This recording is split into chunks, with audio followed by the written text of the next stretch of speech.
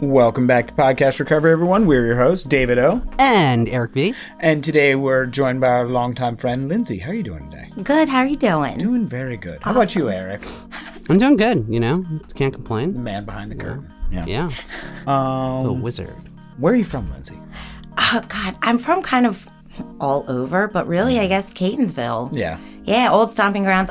Glen Burnie, a little bit. Yeah. But yeah. Yeah, a little cringe on that one. I know, yeah. I kind of say that. Anytime anybody says ooh, Glen Burnie, it's like, ooh, I'm sorry. do I want to Glen say Dirty. that? yeah. Yeah. It's better than Pasadena, kind of. Right. A little. But, all right. When were you first introduced to recovery? Oh, boy. When was I? I came in and out for a really long time. I think I was first introduced, coming out with some questions right off the bat. Yeah. I guess I was first introduced when I turned 21. I got a DWI on my 21st birthday. Nice. Yeah, Of course. I planned to it's my 21st birthday. I'm getting wrecked. Yeah. And I ended up crashing my car into the big thing between the highway that median? separate. There we go. The big concrete wall thing. Oh yeah. And I'm pretty sure I fell asleep. And they said then it was so much easier. The walls were so much easier. Yeah. So they said you can either lose your license completely for 15 days or only drive back and forth to work for 30, and you have 6 months of unsupervised probation. We suggest you go to this place called Narcotics Anonymous. Mm-hmm. Go to meetings, Yep. whatever. Yep. So that was, and I didn't go. Mm-hmm. And then they said unsupervised, so that I didn't have to show up. Yeah. And Well, before we think get I too did, far, yeah. before we get too far, how much clean time do you have? 9 years. I just celebrated in September 2nd. Hell yeah. Yeah, All thank right. you. Congratulations on that. And now, take it away. Okay, right. The floor is yours. I'm a talker, so you're going to have to cut me off. That's fine. So God, floor is mine. So I just tell my story? Tell your story. And we will All right. interject and we will have fun the whole way. Yeah, I really like that. It's like, Yeah, I'm not just going to talking. clinically sit here and stare at you and write questions. Right, that's what I do. Tell and me I'm what like, you think. Tell me what you feel. how does that make you feel? Okay, right. Okay, right. And where do you think that came from? Yeah. That's, Yep. My dad! Yeah, it's true every time, It's too. 100% fucking true. Bastard. So So you were born at a young age. I was born at a young age to my mom. Yeah, I mean, I remember, honestly, like my mom and I have had this conversation, many times. I never really felt comfortable in my own skin. So you're 82. 1982.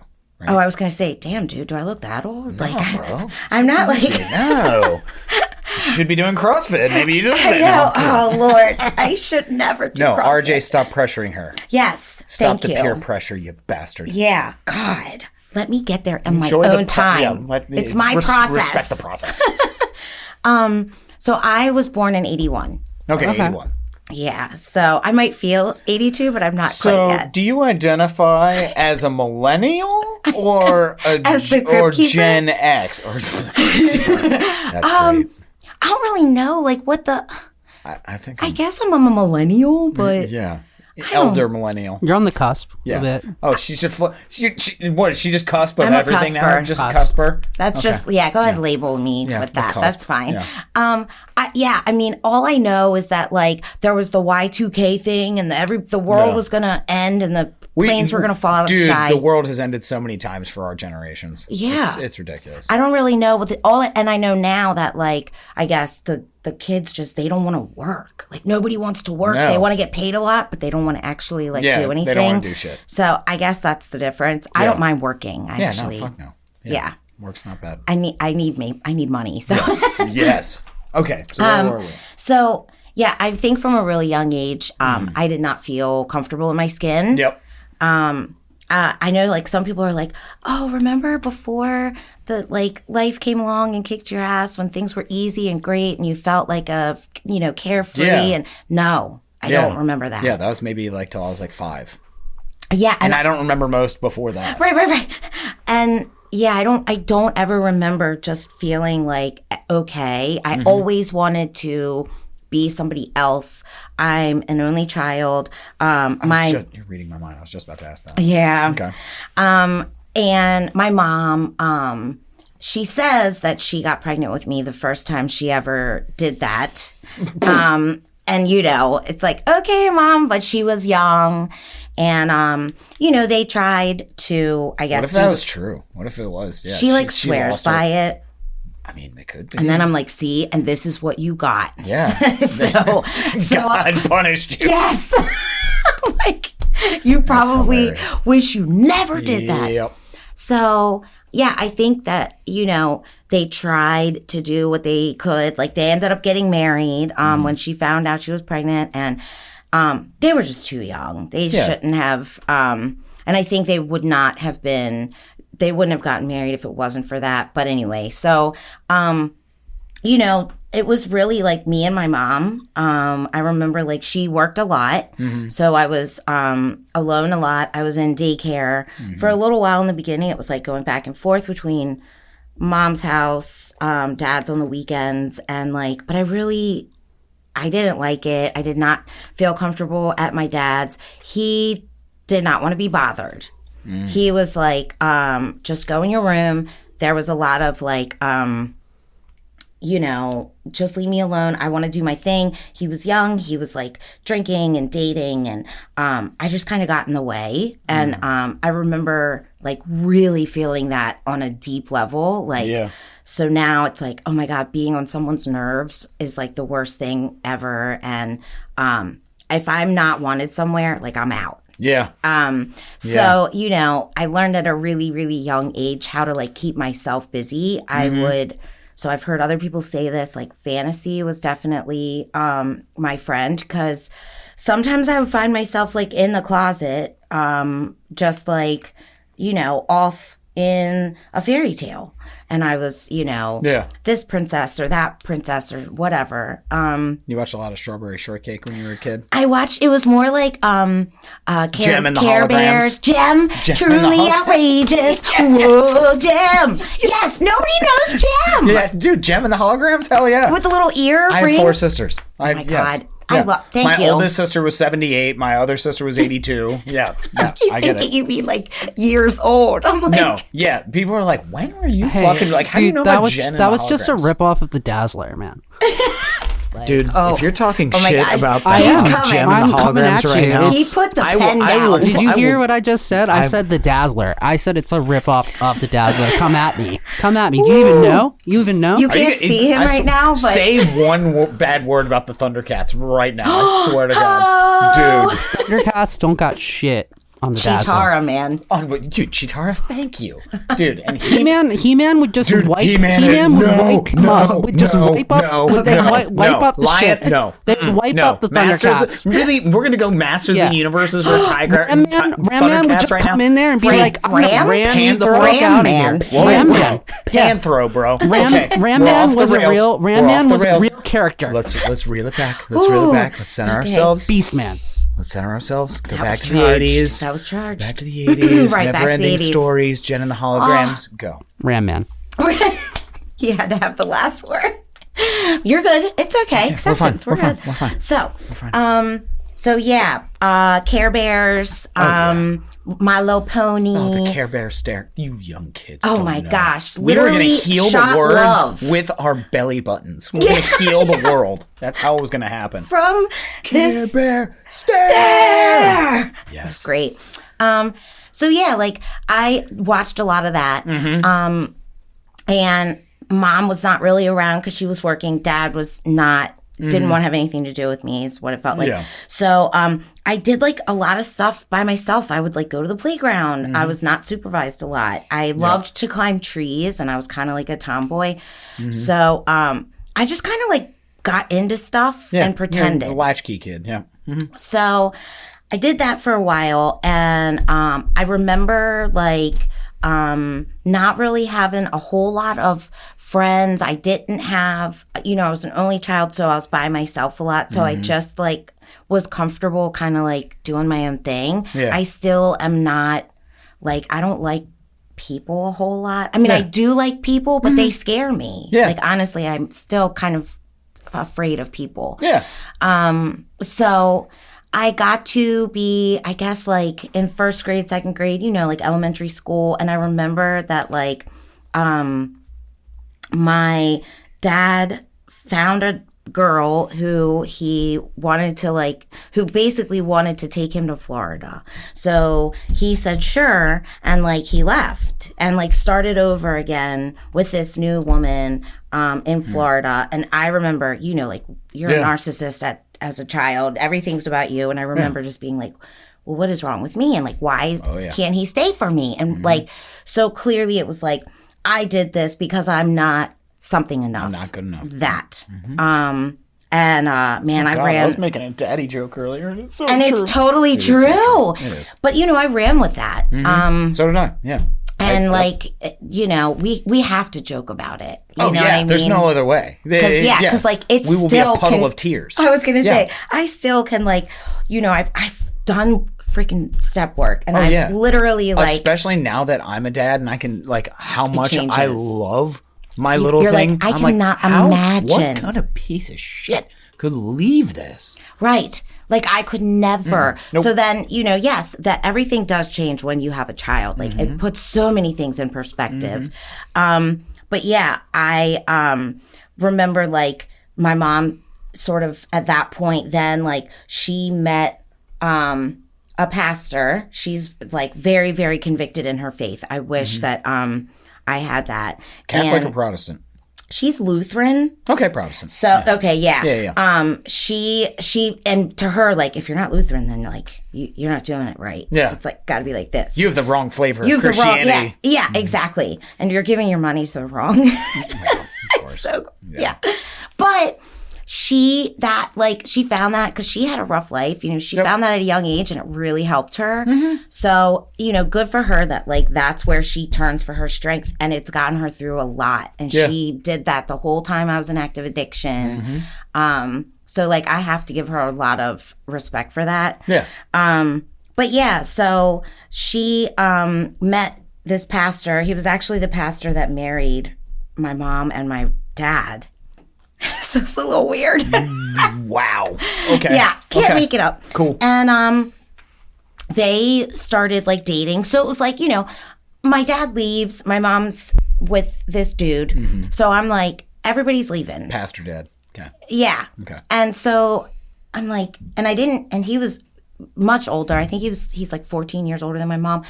So there was, and I'm like, who are you? Like, I already have a dad. Yeah. You know, so it was very like, He's you're coming taking my back mom. from Florida. Yeah, he will Anytime be now. here any second. It's only 24 hours Yeah. away or whatever. Yep. So basically, like, it got to be very, like, lonely. I remember just being very lonely and being very, like, something's wrong with me. So at a really young age, I started self-harm. That's kind of been, like, a thing that has been there. That was the first, second after fantasy. But I mean, you know, through step work, I've been able to identify, like, a lot of the ways that I tried to get outside myself before drugs even came along. Oh, yeah. And that was a big one. And it's so much like using. Like, it's a rush.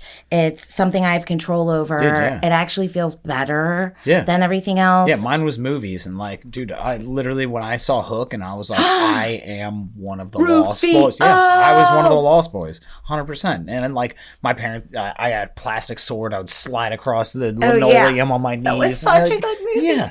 It's so good. I know. But yeah.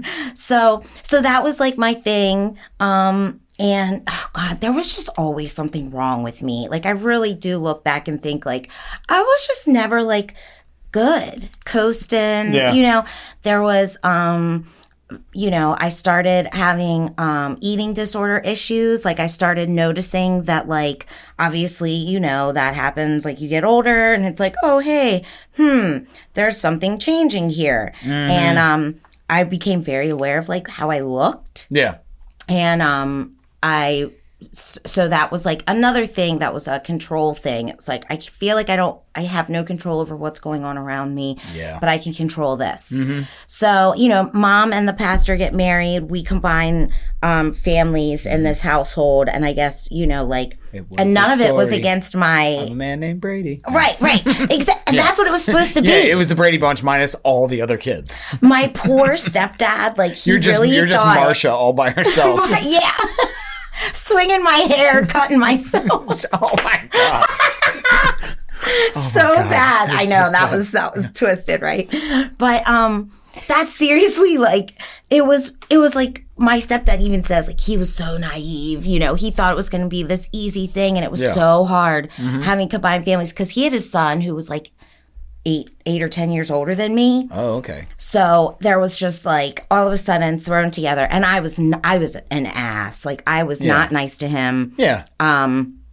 So just basically like that was kind of it until you know, I told you before, like my mom took me out of Arbutus Middle because she's like, that was your downfall. Because I was like trying to be the yo girl with the Reebok Classics and the starter jacket. Yeah. You know, and like the big hair and stuff. Yeah, so this is, we're talking what, 91, 92, 93? I needed the Charlotte Hornets starter jacket. No clue who they were, but Eric, I'm going to give you that one. I love the Charlotte Hornets starter jacket. Absolutely. Yep. I had to defer to Eric. I was like, yep, the half zip. Are you kidding me? Yeah.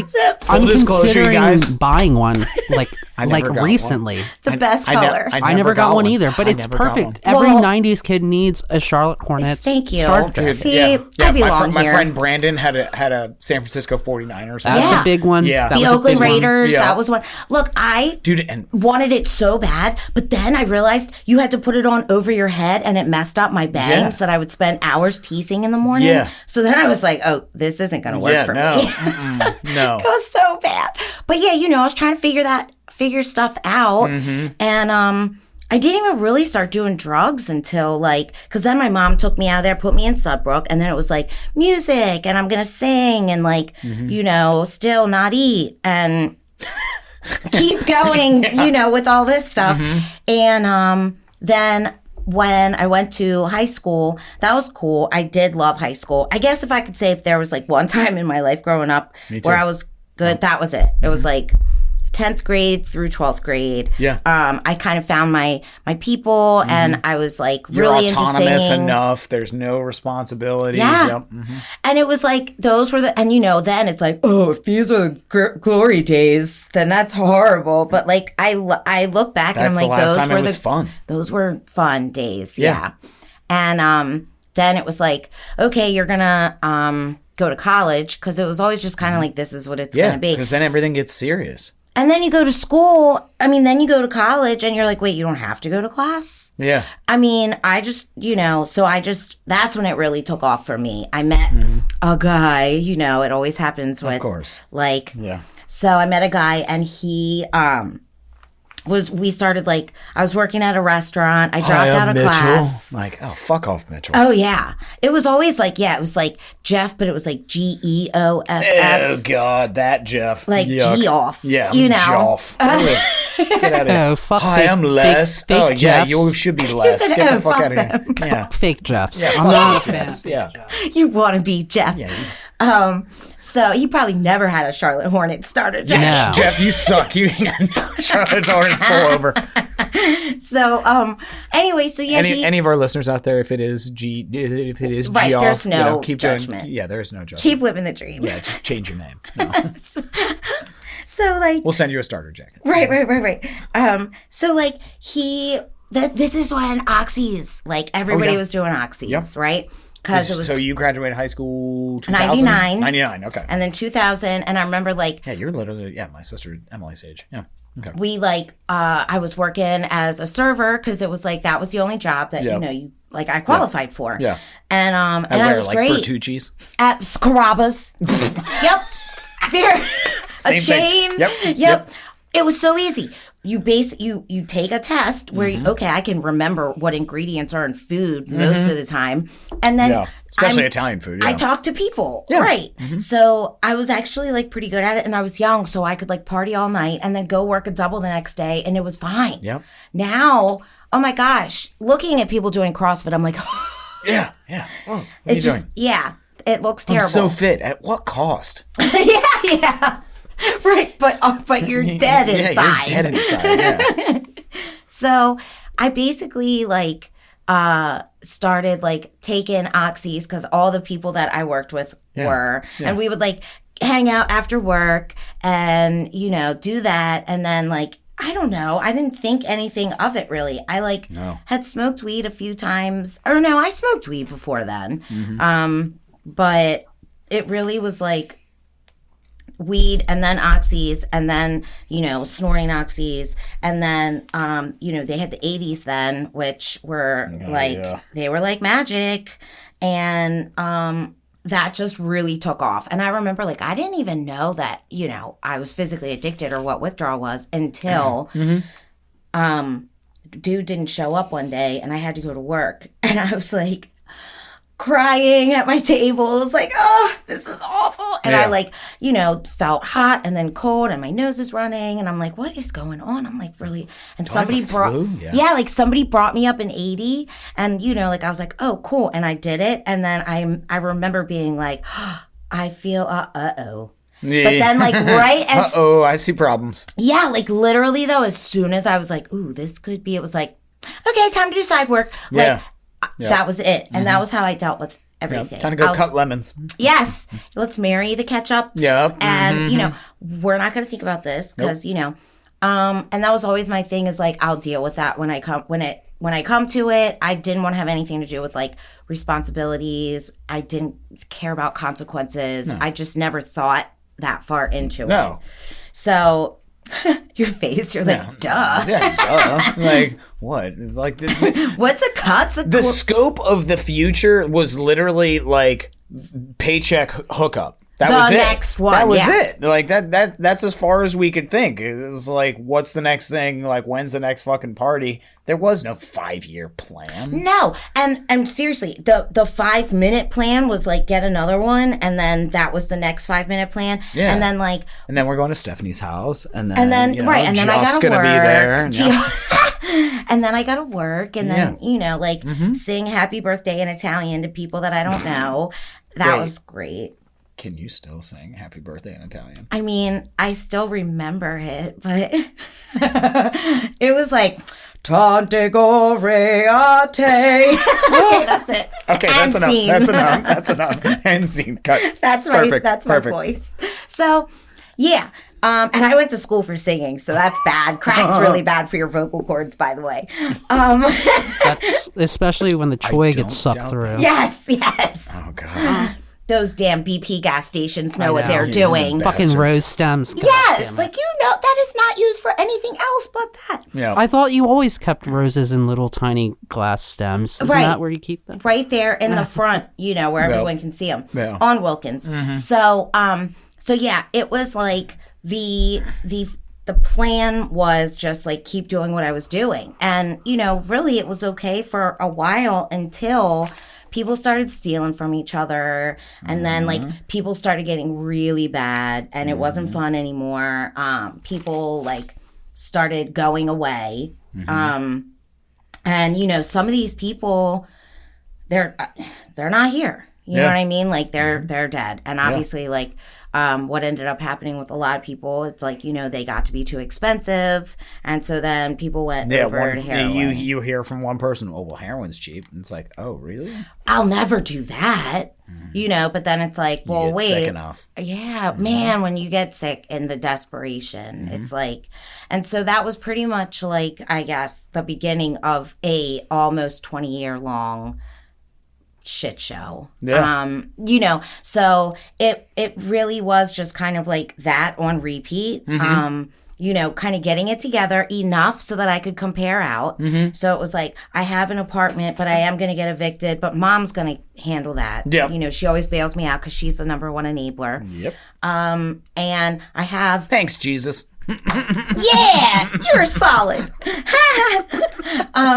And, you know, and I have a stepdad who's a pastor, so I have connections with heaven. The big man's totally looking out for you. I'm going to be fine. I've got this. Yeah. Right. So then it's like, get fired from that job, but get a different job as a server. Things are bad when Bare Bones Restaurant says, we don't think you're bare bones material. Bare Bones? Like Bare Bones on Route 40? Bare Bones. Yep. There's only one. Yep. That's the one. And they fired me. Wait, when were you? Oh God. It would probably be easier for me to name the restaurants I did not work at. No, I'm just trying to think of years because I'm like, I definitely like. Oh yeah, that Geoff and me. Yeah, Jeff and you. Yeah. We were there. Don't worry, I cheated on him with like every other server there. Of course, yeah. That was my thing too. I couldn't get enough drugs. I couldn't get enough. Brendan just got frosted tips. What's up? Jeremiah. Jeremiah. Yes. Yep, there we go. I'm just putting everybody out there. Sorry, guys. He has a brand new Celica. It's a big deal. Nah, dude, that's a Honda. I mean, get out of here. Oh, he's a Hyundai? Oh, man. Hyundai. He's a Hyundai? Dude, he's in that. Oh. He was actually a Mercury Cougar. Of course he was. Of course he was. Yeah. I'm just thinking, I'm like, did Can't you believe I can remember that. serve me at Bare Bones? I may I'm have. pretty sure. It's totally possible. Probably did. So yeah, I worked at so many different places, and that was that was it. And then God, I'm trying to think of like. Well, so yeah, I started doing heroin, but I only snorted it, which was like, okay. Oh yeah, look down in your nose. Yeah, and using a needle, you piece of shit. Yeah, not doing that. I don't even know how. Though, and then it's funny because like I still continued. These things never go away. Like the eating stuff, that doesn't ever go away. Yeah, the cutting stuff, that doesn't ever go away. Yep. Yes, I don't act out in those areas anymore, but damn, they get loud sometimes. Yeah. So I'm like, I have to really be vigilant. You know what I mean? And like, oh, thank God for Narcotics Anonymous because like nothing else worked. So I also like clearly struggle with depression, and I had I think that's just the 80s. I really think it's like if you were born in the 80s. If you listen to Nirvana and STP and Soundgarden. Oh, yeah. Oh, Alice in Chains. Yes. I loved that. Yeah, if you like any of this music, you might have a problem. Like, you're fucked. Yeah. And you're misunderstood, but we get it. Yeah, did you identify with the Smashing Pumpkins? Yeah. We have somebody who can talk to you. Right, Billy Corgan's the man. So I actually did have a shirt, a Smashing Pumpkin shirt. Dude, they've been coming up so much recently. They really have. Why though? I don't know, but like I was always like a temperate Smashing Pumpkins guy, and for like the last month or so, I've been like doing a deep dive, and I'm like, okay, I really like the Smashing Pumpkins. I've been like, they've been on total research. It's okay, you me. can own it. Oh yeah, I'm not. Anything from the '90s, I am not ashamed to love. No, it's so true, and I loved it all. It's the last time it was great. And Pearl Jam, they're like the only ones that are still around. I know, they're all dead, except for Soul Asylum. Soul Asylum was just here last week. Man, and I just only remember them with the Runaway Train. Yeah. That thing, and then he dated Winona Ryder. Yes, he did. And that was like what I remember. Fantastic. But yeah, like This is officially my favorite podcast. Cranberries. This is the best. Oh my gosh, Linger. Dolores. Yep. Yes, R.I.P. I know, let's have a moment. Yeah. Okay, so that was good. So yeah, it was just one of those things where like I felt like I could never get it, but I don't think I ever really wanted to enough. Like I never got to that point of desperation because I was always able to somehow like pull it out. Like I would have a car, or I would have a car with no insurance, and like the tags would be old, and like I would get. I remember like. One time, I mean, there's a million stories in between there. One time we moved into this one girl's house because I was always trying to, I was with a dude. It's a transient life. That's what it is. Yes. Yep. I was like, I'm a gypsy. I'm a wanderer. Yeah. And, I was a fucking loser, but that's how we dressed it up. Mm-hmm. And I like stayed at this one girl's house in Skaggsville. And she let us stay there for free because we would move pot, like pounds of pot, through her house. And I'm pretty sure she set us up because the house got raided the night we were supposed to get like 6 or 7 pounds. And the guy, luckily, like it fell through. Nice. And he was like, coming from, I think it was Pittsburgh. Like we would drive up there and get it. So like he didn't come through. And I remember, like, you know, hearing like boom, boom, boom, police, you know, and this poor dude was sleeping on the couch. He's like, man, I don't even live here. I was just taking a nap. Like, they scared the fuck out of him. And he that was the story of Jeff. That was a bad, poor guy. He was having a bad night. Oh, but God, like, that sucks. you know, they come in and they get down and they had like put their feet on your neck with a gun. And I remember just being like, I gotta hide the bong, as if they're not gonna search the whole house. Yeah, they're gonna tear this place. Yeah, that was my best thinking was, let me hide the bong. Yeah, yeah. So did they zip tie you? Oh yeah, zip tied me, sat me down, and sat us down in the living room. They really were uncomfortable.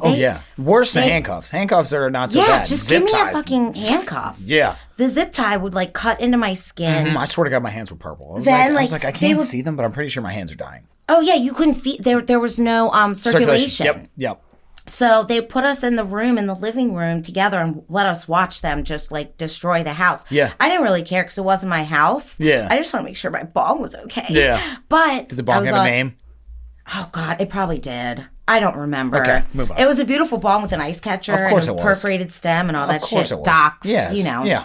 And that's like what I did on my days off. I was like, oh, let's go to Docks and get like something, you know. We'll get some new glass. Some new glass, yeah.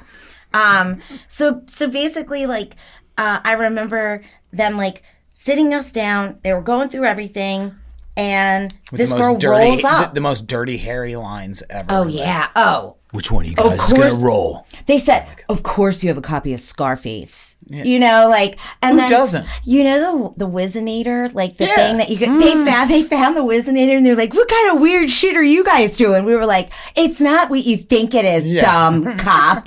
Like, you fucking pig. There's probably still piss in there. I hope you got it on you. Oh, fuck you, dude. So she came in, like she drove up in the middle of the raid, like with all these cops. There's no way that like she didn't. And then I remember she was very like, can you not mess that up? And like, did you let my cat out? So we got felony charges, but they didn't stick. So I had to get on this thing called Break the Cycle, where it was on probation. This is when I was living now in Ellicott City, on top of the little shop where I was telling you about. And I was on methadone. Yep. And I remember I was terrified that I wasn't going to get... We saw each other. Huh? We definitely saw each other.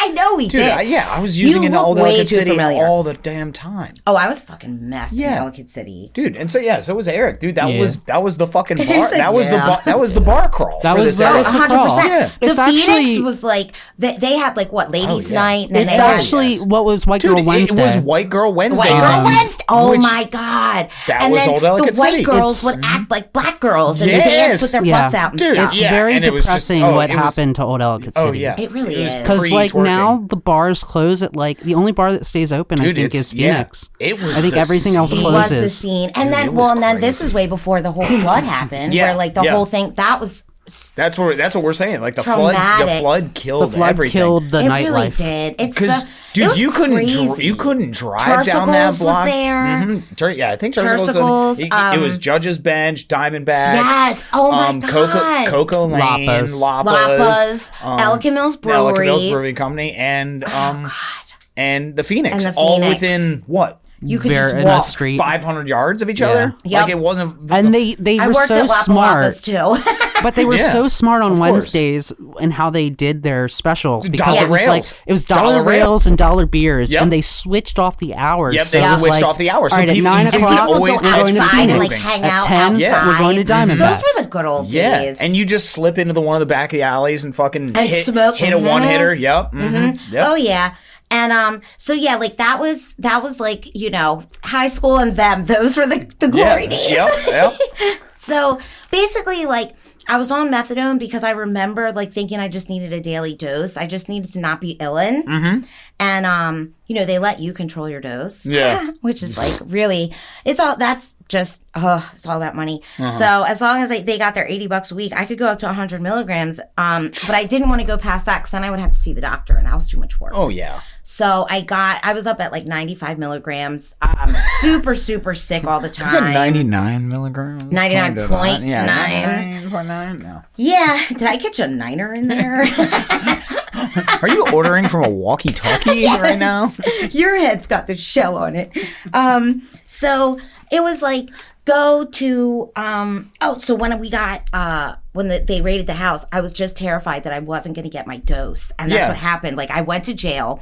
They were trying to get me to roll, of course. And then they... Howard County got rolled? Okay. Yeah. And then I had to go to, I stayed overnight. They said, you got to see the commissioner.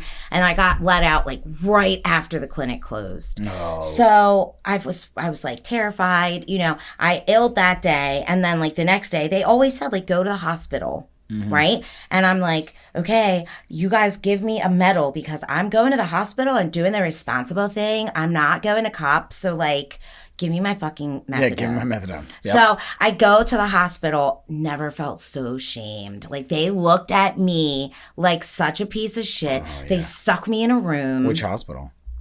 Howard County General? Probably, oh, wow. yeah. Oh, my God. Yeah. I should have gone to Bayview. Oh, I should have picked you could have gone to Bayview, yeah. They'd have been like, here you go, see ya. Yep. Come on through. Yeah. Next. It'd have been like a drive-through, just like, there you go. Yeah, I mean, that was a bad choice if I, like, thinking back. But, like, I literally, they sat me in a room all day, gave me a shot of clonidine, and I remember just thinking, like, God, I'm trying to do the right thing. I really don't want to cop. And at this point, I might as well just, like, stick it out because I can go there tomorrow. I, like, did the Hayes program. You remember Dr. Hayes? That was, like, the thing everybody was doing back in the day. I remember Dr. Hayes. Yeah. Look at, he comes out the woodwork. Yeah, man. It was like... Yeah, you forget Eric's here, and then he says something, and you're like, what the fuck? I know. It's it's that my voice, the voice in my head? No, he's over there. Yes, Satan. So I'm like, man, this guy was great. You could go down there, give him cash. You didn't have to have insurance. He'd give you your 5 little envelopes of stuff, and then, you'd go right back out and get high again.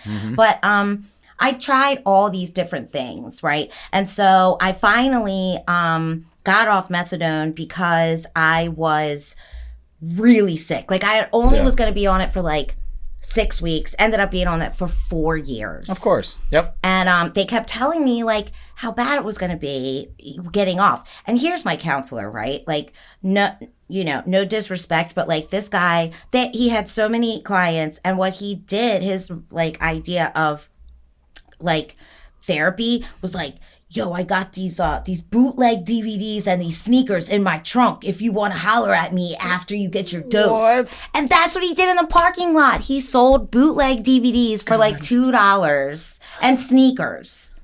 Real Maryland classy. is the best, worst place on earth. And I was like, why are there... And I would get one and I'd be like, why are there, like, peep figures, like, walking across the screen? Oh, that's what a bootleg is. I didn't even know. I was just like, okay. So I finally got off of it. I, like, got down to, like, 40 milligrams. But every time I would go up to the window, like, the fear, I'd be like, and I would, like, freeze. Like, I couldn't ask to go down because I was just, so I do not recommend this. I just literally, like, locked myself in my apartment and just illed for, like, 3 months. It was the most brutal withdrawal I've ever gone through. Restless leg? Oh, my God. I was pounding, like, punching my legs. And I didn't sleep for, like, at least a solid 30 days. And then I would close my eyes and it would feel like I slept for maybe, like, a couple hours. And I'd look and it'd been like 10 minutes. Yep. And I'm like, what the fuck? Cried every day. What is reality? Yep. Yeah. And in this break the system thing that I had gotten, I had to go down to the courthouse every other day for a year straight and pee in front of this big black lady. Yeah. And, like, I would get the stage fright. Yeah. And she'd be like, you need to drink some water because you need to have this at 11 a.m. And I'm like, I can't do it. So the only time I could actually pee is if I didn't take my morning pee. So I would run there right out of bed, pee. Oh, yeah. And it didn't break shit. Like, the cycle continued. Yeah, of course. So then I remember, like, I couldn't smoke weed that whole time, though. And when that was over, I was so happy that I could smoke weed again. I got super paranoid, but I powered through. And then, like, that's what helped me to get off the methadone, is I just smoked a ton of weed. Yeah. So I did get off the methadone, and that was the first time that I actually tried like something. I went to AA because people said it's more consistent. I was in Ellicott City, and this was like Columbia area, so it was close. And I managed to get like 6 months. And, I got a sponsor. I did AA step work. So like I did all of them in like a week. 72 hours, yep. Yeah, I was cured. Yep. And then... Did you burn the 4-step? Yes, I did the whole burning thing, and I was like, this is really bad for the environment. Like, should we be doing this? But it was okay. I'm like, it was worth it because now I'm free. Yeah. And so then, I remember like getting that taste though, that hit of like hope. Yeah. And like, wow, maybe I can actually do this. I really, really, I had some good people around me. We would go to a movie every Friday night. I remember the first time I went through a sobriety checkpoint. The cop was like, he's like, hey, have you been drinking tonight? I was like, no. Yeah. Not me. Yeah. Not this time. Want to see my key tag? Yeah. I went to a movie night. The guy's like, all right, keep it moving. I don't care. But I was like so happy. And then... Do they even have those anymore? I don't know. I don't think so. But dude, I haven't seen one in so long. 40, right where it dips down up into Oh, right. When it goes out to like Marysville between Road. Normandy and where the and woods are. And stuff. Yeah, right down there. That's always where it was. Well, and dude, now I avoided that road like the fucking plague. It would be it was like 108, and if they see you turn around, you're fine. Oh yeah, they get your ass. You. Yep. Yeah. So, but yeah, I never see them. But now, thank God for like Waze, because it'll be like. Speed trap up ahead. I'm like, thank you. Mothers Against Drunk Drivers ahead. Yeah, I just got a speeding ticket, and I'm like, fuck, I forgot that one was there. Because now I just speed, but I know where they're at, so I slow down when I'm, That's how I live life now. Yeah. So it basically was like, a really good, like beginning, and then I, went and worked at P.F. Chang's. Yep. And they made me the bar manager. And I remember thinking, like any one of us do, it's like... P.F. Chang's at the Columbia Mall? Oh, yeah, the Columbia Mall. It was packed. It was always jamming. Yeah. And I was like, I'm a manager. I'm important. Wait, when did you work there? Oh, God. This is all a big blur. Yeah. I guess it was probably like 2010. Yeah, 8. So that's right around Did you work when Jack and all them worked there? Brad. Yeah. Mm-hmm. Yes, that's how I knew him. Jack, Brad, and Kyle were all working at fucking P.F. Chang's. Oh my gosh, I love Jack. Hey. I love him. Yeah. I forgot just now I remembered how I knew him. Because I remember seeing him in meetings and being like, I fucking know him. But I didn't have the balls to ask him where. P.F. Chang's. That's where. Yep. So that was, it was a good crew. And then That's amazing that literally like 4 people in recovery were working P.F. Chang's in 2010. It was bad. Oh my gosh, because we would party, we would close P.F. Chang's and we'd go next door to Champs. Yep. Or we'd go to whatever the place was that was always in Factory, between like there. whatever, yep. Mm-hmm. Yeah. Yep. So I don't even think Cheesecake was up yet. It was something else. Yeah. But yeah, so that was like, again, that was on repeat what we did. And this time, though, I was off 2010, methadone. I was still using. They were clean, but and my girlfriend at the time worked at that Cheesecake Factory, so no, it definitely was open. Maybe this was like right before. Yeah. Because I think they were like starting to open it. And I remember thinking like, oh, maybe I can work there. But the menu was absolutely... insane. Yeah. Nuts. And I was like, I'm not going somewhere to watch slideshows for 8 hours. Like, I'll just stay here or whatever. Yeah. Because my entitlement, is very real. Yeah, I'm entitled to my drugs. I'm entitled, and I'm entitled to work whatever shitty restaurant I choose. Yeah. So my shitty restaurant of choice was P.F. Chang's at that time. Yeah. And everybody try the Bang Bang Shrimp. They're good. It was really good. And the spicy chicken. Yeah. Poke egg roll. Take spicy chicken. It was so good. Bang Bang Shrimp. Bang Bang Shrimp. Beef Mongolian. Oh my God. Okay. So good. So... Anyway, I remember like thinking I just need to prove to myself that I can drink. Yeah. That was never the problem. Yeah. So and I was a bar manager. So that's when that happened. And, like obviously like anybody, like I didn't drink for the taste. I was looking for the effect. I was looking for the feeling. And I would drink until, it was disgusting. It was, and like for a while. What was it? What did you get back to? What was the drink you went back to?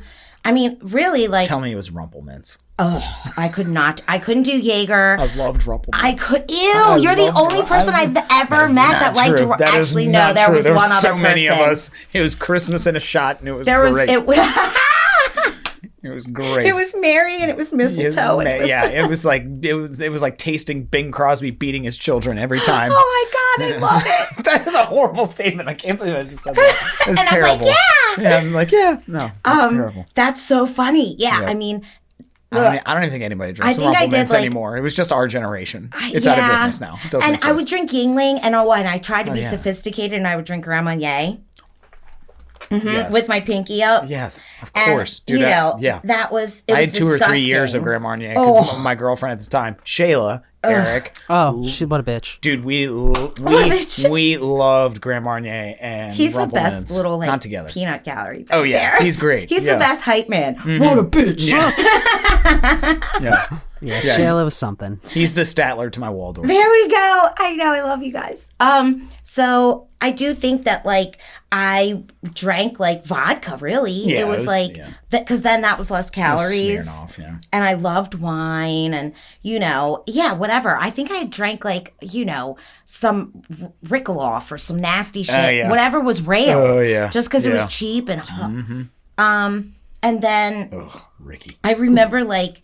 That led into this whole, and like my parents still thought I was clean, and like that just really, as if it just kept getting worse, right? So then I remember eventually, like, it always goes back to our drug of choice. So I ended up getting back on, like, I was doing perks, and then like the oxys they stopped making the 80s, but then Opanas were out, and then like the other things. So like I just went back to that, and then like I had the same insane thinking of like I just need a daily dose. So I started getting Suboxone because it was new and it wasn't as bad as methadone. And actually, I never once got it from a doctor. I knew a guy, and he always had it. Yeah. And I would only take like 4 milligrams. Yeah, that was so weird when you would go to a drug deal for subs. $10. That was it. Like, and like, so it was cheap. I always had enough money for it, and it allowed me to like function. Yep. I went back to school on those things. Like here's the best. I got a degree in chemical dependency counseling on Suboxone. That's amazing. On the dean's list. So imagine how good I would have done if I actually like wasn't all fucked up. Yeah. But then I like was on Suboxone for a while, and I actually wasn't doing too bad. Like I would drink. Yeah. But it was like I would wait until I started feeling the littlest bit ill, and then I would take that 4 milligrams, and like it. And I was with a guy who I was with for 4 years, and he had no clue I was on them. 4 years. I would put them in the little Listerine mint strip thing. Looked just like it. And, still can I get one of your Listerine packs? Absolutely not. Sure can't. Sure can't. Go walk your ass down to 7-Eleven. You can have an Altoid. There you go. Right. I believe you have some Aquafresh in the... Yep, get the fuck out of here. You just throw some Banaka at him. Yeah, here you go.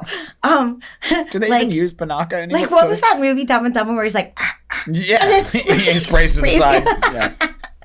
Oh, God. So then, essentially, like, that was towards the end where, like... Because then I found Xanax, and I started... So I took my degree, and I went and got a job... And I snorted it. I let it dissolve, okay? Under my tongue. But I took my degree. Eric, that's the title. What? I let my degree dissolve under my tongue. Ooh. That is an amazing title. Please, can it be? Yes, absolutely. I let my degree dissolve under my tongue. That's amazing. Yay, I love it. I so couldn't have funny. come up with that, so good for you. That's fucking hilarious. I love it. So I took it and went and worked at Mountain Manor. Which one? Oh, the one in Irvington. the city. Yeah, Okay. Irvington. Nope. The one. The only one. Well, there's Emmitsburg. Oh, yeah, that was a good one. They wouldn't have hired me. That's a good one. Yeah, no. No, it was terrible. Oh, God. And like, so to continue like my wonderful downfall, I was using at work, right? I was using at work. Oh, that's an album. And that just sounds like a band name. That's an album. Yeah. Wonderful Downfall. Yes.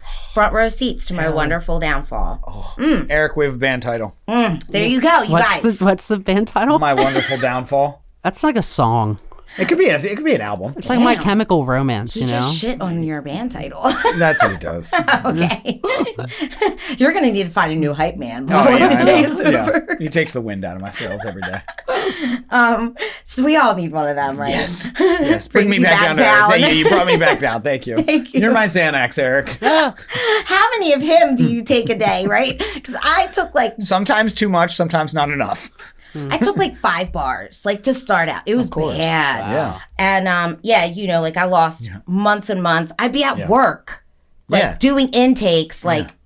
Yeah. So look, I'm gonna get real honest. I was a disgusting person. I used with a patient. Here they are coming to us for help. Like you're the first person to ever do that. It felt like it. Yeah. Was it a girl or a guy? It was a girl. Okay. Interesting. I still really, really struggle with that because it was it was while she was there, while we were there at work. Like she came in for an assessment, and they all brought. Yeah, it wasn't like outside. What did you use with her? Ativan. She brought in her Ativan, and like I did the assessments, and then like they would bring in the medication. How did this even happen? I could just see like a situation where you're just like twiddling your fingers and you're like, oh, Ativan, don't mind if I do. One for you, one for me. Yeah, that's basically one for you, two for me. That's pretty much how it happened. I'm not even gonna lie. Thank you, Bugs Bunny, for your counting methods. I'm so sorry, whoever this girl was. Yeah, so Eric, how did that happen? So she came in, and they always brought their medication with them. I did their assessment, you know, like the BPS, the biopsychosocial, gave the meds to nursing. Once I got them, you know, after they saw me, they would go down there and they would get medicated. So we did the assessment, and I started talking to her, and, you know, we took them. And I also see you like doing like the BPS, like talking to her and like, okay, yeah, everything, and you just start crushing it up, and you're like, what age were you? And what was the root of administration? Yeah, totally. Oh, okay. All right. Okay. Okay. Actually, she said next? Okay. if you let it dissolve under your tongue, like my degree, then that it lasted longer. So that's what we did. Oh, okay. So did you ever boof? I'm just gonna ask it straight up. Actually, no, because I never went to jail long enough to have to. I have an amazing fact about that. About boofing? About boofing. He just likes to say boof. Do you know why it is called boofing? Goes up your butt. Nobody. Goes up your butt. Because in the late 1800s, there was a French doctor named Bouffier who would medically put Bouffier would put heroin up your butt and along your anus to cure your headaches. What an awesome man. What a good... It has a French... It has delineated from Dr. Bouffier who would rectally put opium up your butt. Maybe that's actually Dr. Bear. Remember heroin? Bear started heroin. No, you're probably right. Bouffier. That's amazing. Oh, would you like some heroin in your asshole? I learned that like I can put a some week and a half heroin ago. up your asshole. I was like, no way. Like it came through on a meme, and I was like, no way. Bouffier. And I googled it, so and it was true. fucking Dr. Bouffier. Fuck Dr. Hayes. I was like, this is fucking. God, I mean, shit. Is he God gonna give you? bless the French. Is he gonna give you a prostate massage at the same time? Shit. I We'll hope get a so. happy ending. Will he milk your prostate? Hell yeah. We'll milk it I with say this 2 fingers, heroin. better make it 3. Okay, no boofing. You did the Ativan. Keep going. Yeah, so I did that, and I also... That was a really long boofing. It was a total boof. We boofed it. Oh my God. Yeah, so that was, I totally lost my train of thought. I'm like, how else can we use the word boof? I could just hear him, oh, let me give you some heroin in your butthole. Oh, you want the heroin? I'm sorry. You have a headache? So let me just prescribe some heroin for your asshole. Drop your pantaloons. And he's just a thin pencil mustache, just smoking a cigarette the whole time. Would you like a finger or a dildo? These won't do. Yes, I have plenty for you. Wee wee. I hate you. No, not the wee wee, the other side. Not the wee wee, the boob. Yeah, the booty. Jean-Claude Bouffier, at your service. Oh my god. Okay. I put stuff up your butt. I put stuff up my butt and let it marinate.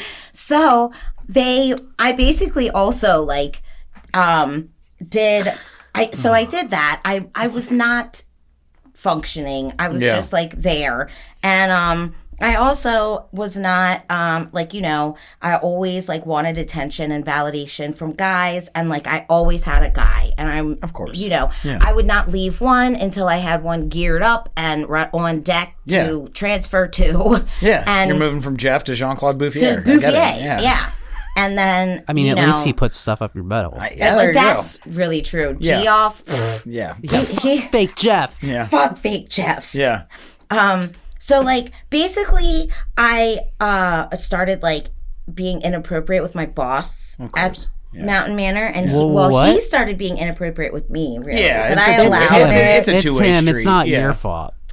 Right. It takes two to tango. It definitely was my Yeah, she's very much an adult. That's not It wasn't like I'm not was there still a guy named Ken working there? Yes. Ken was my first ever counselor. Oh, okay. Yeah, no, he wasn't a bad guy. Mm-hmm. He was a cool dude. Mm-hmm. Like, he was just a regular dude, too, which I really liked. He wasn't an addict. Yeah. He was just a normal, straight-up guy. Mm-hmm. Like, I had a really bad experience with it, but I know, like, there are some good people there. Yeah. And, like, so ultimately, that just, like, all blew up. You know what I mean? Like, I was having an affair with this guy who was married, who was my boss, who, and, like, so I was just... I think I know who it might have been. He was not a good guy. And like, now looking back, it's, like, just so disgusting. Mm-hmm. Wow. 100%. Wow. Okay. All right. Wait, keep it moving? Do I know the person? We'll talk about it after the pod. I wrote it down because that's no, fair. So, sensitive information. Right. So that was, and like that is 100%.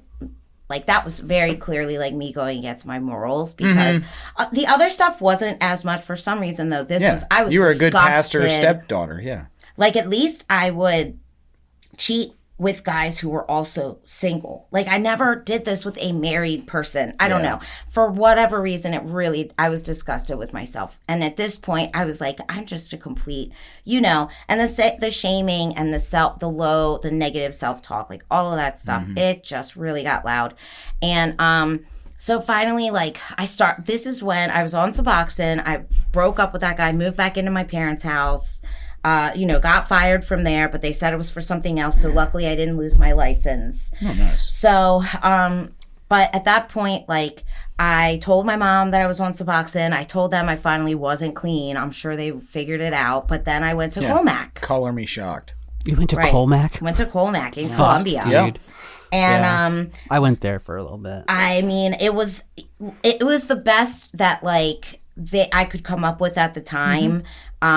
Because I was not about to like go inpatient anywhere. Yeah. And so they were doing this weird thing there where they would like treat getting off of Suboxone with more Suboxone stimulants. Oh, that's nice. Stimulants. They were giving me that's great. Ritalin and Adderall, and the thought process behind it. Yeah. Have you ever snorted kratom? You might want to try. Well, no. Don't listen to David. Don't snort kratom. No, absolutely we're not. Horrendous. Take it orally. Absolutely. Do not put it snort up it. your booth. Booth it.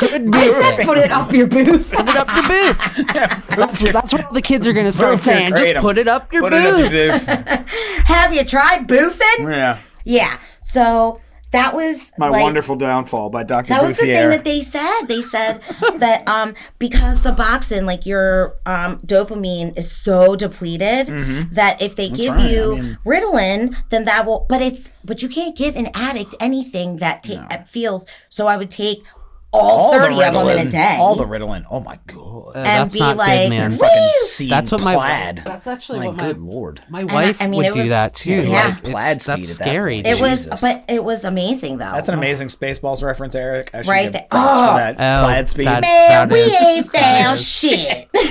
What good job, Lindsay. Actually, I know exactly what love- you're referencing. Yes. When they're combing the sand. The desert. 2 black stormtroopers are using the pig.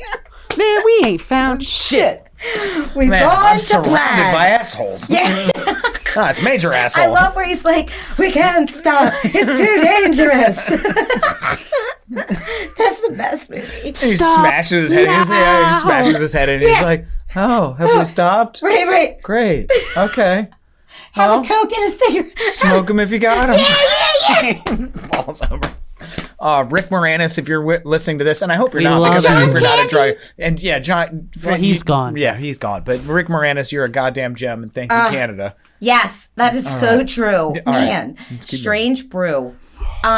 So, yeah, I basically, at that point, like, I was like, okay, I'm just going to do this stuff. And then I started to like really have a breakdown. Like this is, you know, after all this time, I really started to unravel. I couldn't like this point.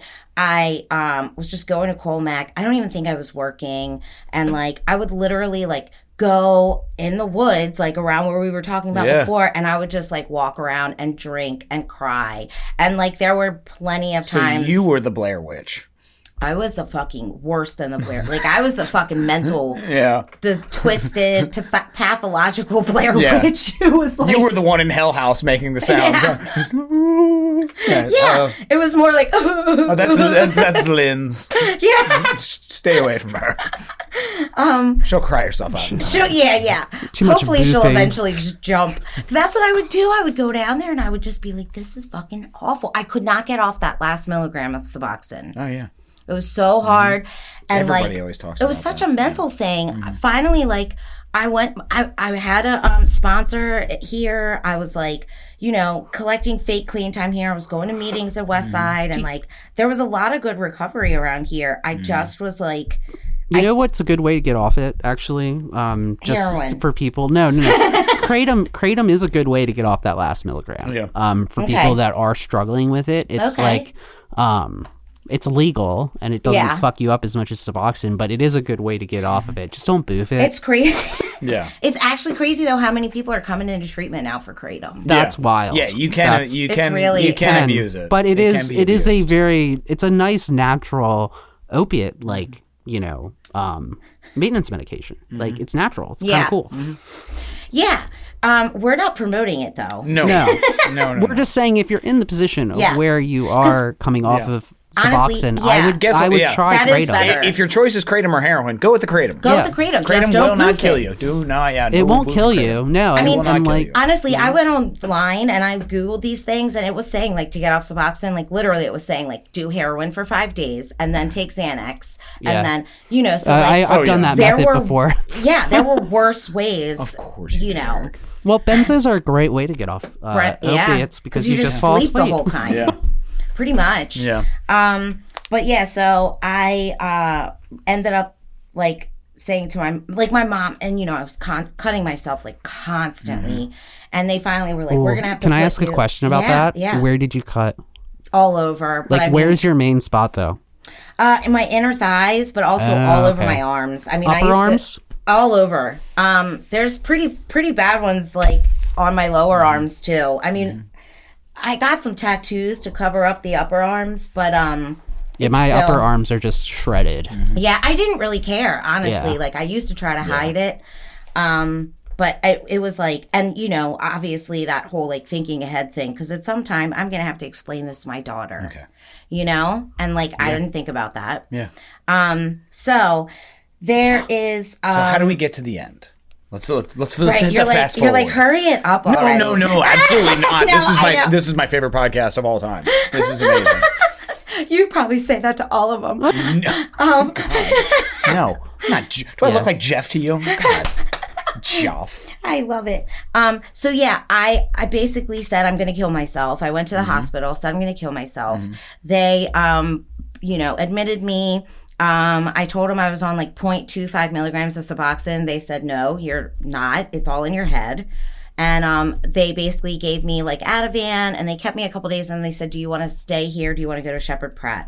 So I went to Shepherd Pratt. I hooked up with a guy in Shepherd Pratt, of course. Yeah. We got out. We went to Port Recovery. Okay, nope, stop. I know. Stop. See, I'm trying to speed it up, but it gets crazy. Stop. Because I hear about this all the time. My wife hooked up with someone in a treatment center once too, and I was like, "How the fuck do you do that?" Because usually they keep boys and girls apart, but I know you find a way. So life finds a way. How the fuck did you hook up with someone at Shepherd Pratt? So they didn't keep us apart, really. That's true. We were in our own rooms, but like we didn't like bang. We didn't have sex or anything in Shepherd Pratt. People do though. You said you hooked up though. Well, we hooked up like made out. Oh, okay. So, but like then it was like, here's my number. He got out, I got out, maybe.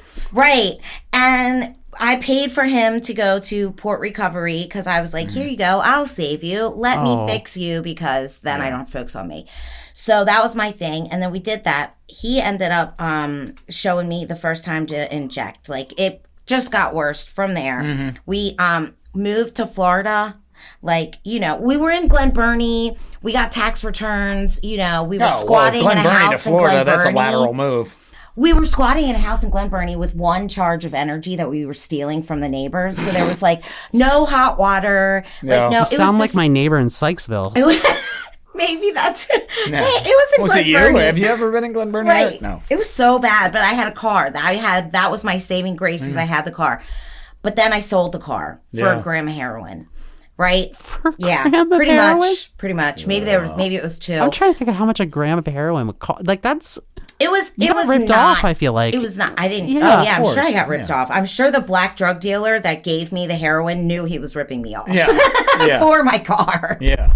But I also was like, what kind of car? What kind of car was it? It was a Toyota. Honda Civic. Stick shift. Okay. I loved. It was a great car. Yeah. And I cried to my mom to get her to give me that thing car. Is still probably driving. It's killing it. Yeah. Probably. Yeah. No fifth gear, just going fast and forth. Yeah. So I essentially ended up completely unraveling. Like that's the thing. Like it took me a really long time to hit the nevers, but like once I got with this guy and I was completely cut off from like everyone, I started injecting. I started smoking crack for the first time. And then like we decided that like we had burned all the bridges here. So we said the best thing to do was move to Florida because we needed to just get away from Baltimore, And then really like I remember like being in Florida and calling my mom, and she had finally she had been going to Nar-Anon, and she had finally said, like, no, I'm done. She was like, everything with you is so urgent. Like I called her and I was like, I need to get out of here. And she made me wait. And I had to like figure out a recovery house. I had never been homeless. I had never been jobless. I was completely disgusting. And she said, you gotta wait. And I remember like being in Florida with nobody. And like they were still getting high. And I would just go for walks. And it was like, that was torture. Like it was absolute hell. I was just holding on, trying to get through each day. Like, please God, get me out of here. I would come back, I would see them high. It looked so good. And like it was awful. So then finally that's where all of everything really started. Like I came back here, I went to the hen house with 14 other crazy bitches. And but like thank God for them. And a lot of them are still around. Yeah, the hen house actually had really. What is the hen house? So it's One Promise, but it's it's one of the female houses, and it was like the girls were like the graduating class of 2015. Like they are still around. A lot of them, they are still like sponsoring. It was a good group. Good core group, which is like amazing, and we really like held each other up. I obviously did not listen to the don't get in a relationship. Of course. Which, that's what I did. I knew what I knew how to do. I did what I know how to do best. So, but he was totally different. I remember the first time I heard RJ, and he'll tell you this completely differently.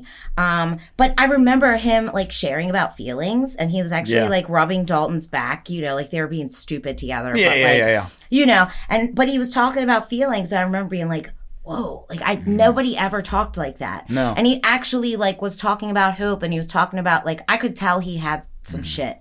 And I was like, wow. And I went up to him afterwards because I didn't know the whole like girls stick with girls, guys stick with guys. And I said, like, RJ, when you do listen to this, I absolutely love you, and I've always had just the amount of like respect and admiration for you. So we're not saying anything bad. You're really stroking him off. Stroke your beard to that one. Jeez. No, I love RJ. I always have. I mean, he was saying it was like the Sunday morning step into the light meeting. Yep. And that used to be the shit. So I went up to him and I said, like, I really, really liked what you had to say. And this he hit me with a stiff arm and said, well, men stick with the men and women stick with the women. Yeah, I appreciate that. Yeah, he said, but you never have to use again. And I remember being like, okay, first, challenge accepted. Okay, I'm going to get this now. Like, you're telling me not no? Okay, so I did. Yeah. But I also was like, wow, I never have to, And I remember like Morgan was my friend, and like she was dating Dalton, and then like we ended up just like hanging out. And Morgan and I moved out together. She we got an apartment. She continued to date Dalton. Now they're married. They have a kid. We we really just started like digging in. I remember my first sponsor was amazing. I needed somebody to tell me like to control me pretty much, like to tell me exactly like you need to do this at this time. And she was amazing. I remember like thinking, oh my God, I want to be like her. You know, was it? Amy Patton. Yep. Okay. Mm-hmm. Yeah. So, but it was, that was obviously like one of the things that, I put her on a pedestal and I shouldn't have done that. You know what I mean? And like, whatever, she served like in my life the time that I needed her the most. And I'm still so appreciative of her. But like that ended and I had to move on. I've had a few different sponsors. Right now I have Linsey Tucker and she's amazing. Oh, yeah. I've had her for like 3 years, and she's one of my best friends. You picked another Linsey as your sponsor? Yeah. Is she a Linsey with a D? D? Yes. Oh, she gets the D. She's an OG. She gets the D, yeah. She gets the D. She gets the D. But honestly, I started working steps. Like the steps are probably my favorite part. I had 20 years worth of shit. Yeah. You know what I mean? I was carrying around. Fourth step, favorite step by far. Nice. I did the one from Hazleton. And like the whole thing, and it was like intense.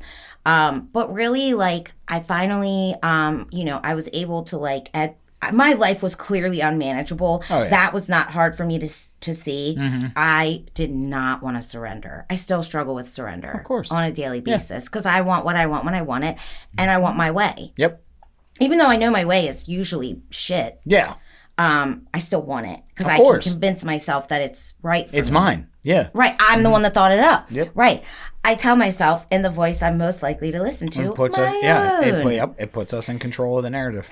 So I really started to get some things back. I started to feel better. I started to mend my relationships. I started to I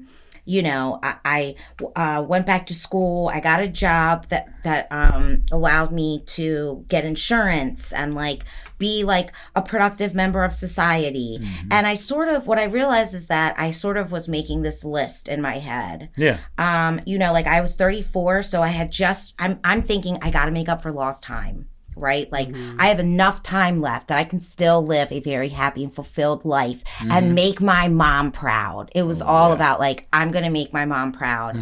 And, I still have enough time, but I got to get cracking. So let's go. And it was all right, God, here's the memo. Here's the list. I'll turn it over to you, but this is how it needs to go. And so I got the things. I got the husband. We got married. We got the house. I got the job. Things were... So to me, it was okay, if I do recovery and I do the steps and I do this thing, I get what I want. Yeah. Right?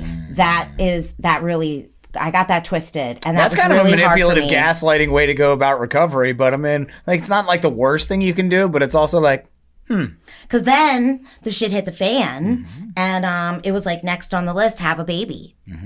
right? And I had been pregnant before, you know, obviously, like I lived very recklessly. And I know I made the right decisions then. Yeah. But multiple times I had to have that done. And, you know, so I didn't think it would be a problem at all. Yeah. And it absolutely was. Yeah. I had infertility issues big time. We had to go through years of IVF. I can't even remember how many rounds we did, but it was up and down, up and down. Yeah. That whole like, aside from the hormones, it's that whole like just the unknown and the waiting.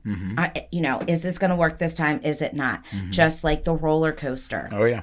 And that's when I really started to use my recovery. Like I do think that I did my best up until then, but man, so aside from the fact that I'd always told myself, you're a piece of shit. You know, I was really, really good at beating myself up. And I was always telling myself that I was broken and not good enough and there was something wrong with me. And that confirmed all those things. Like, you literally are broken. You cannot do the one thing that a woman is made to do, right? So I felt horrible.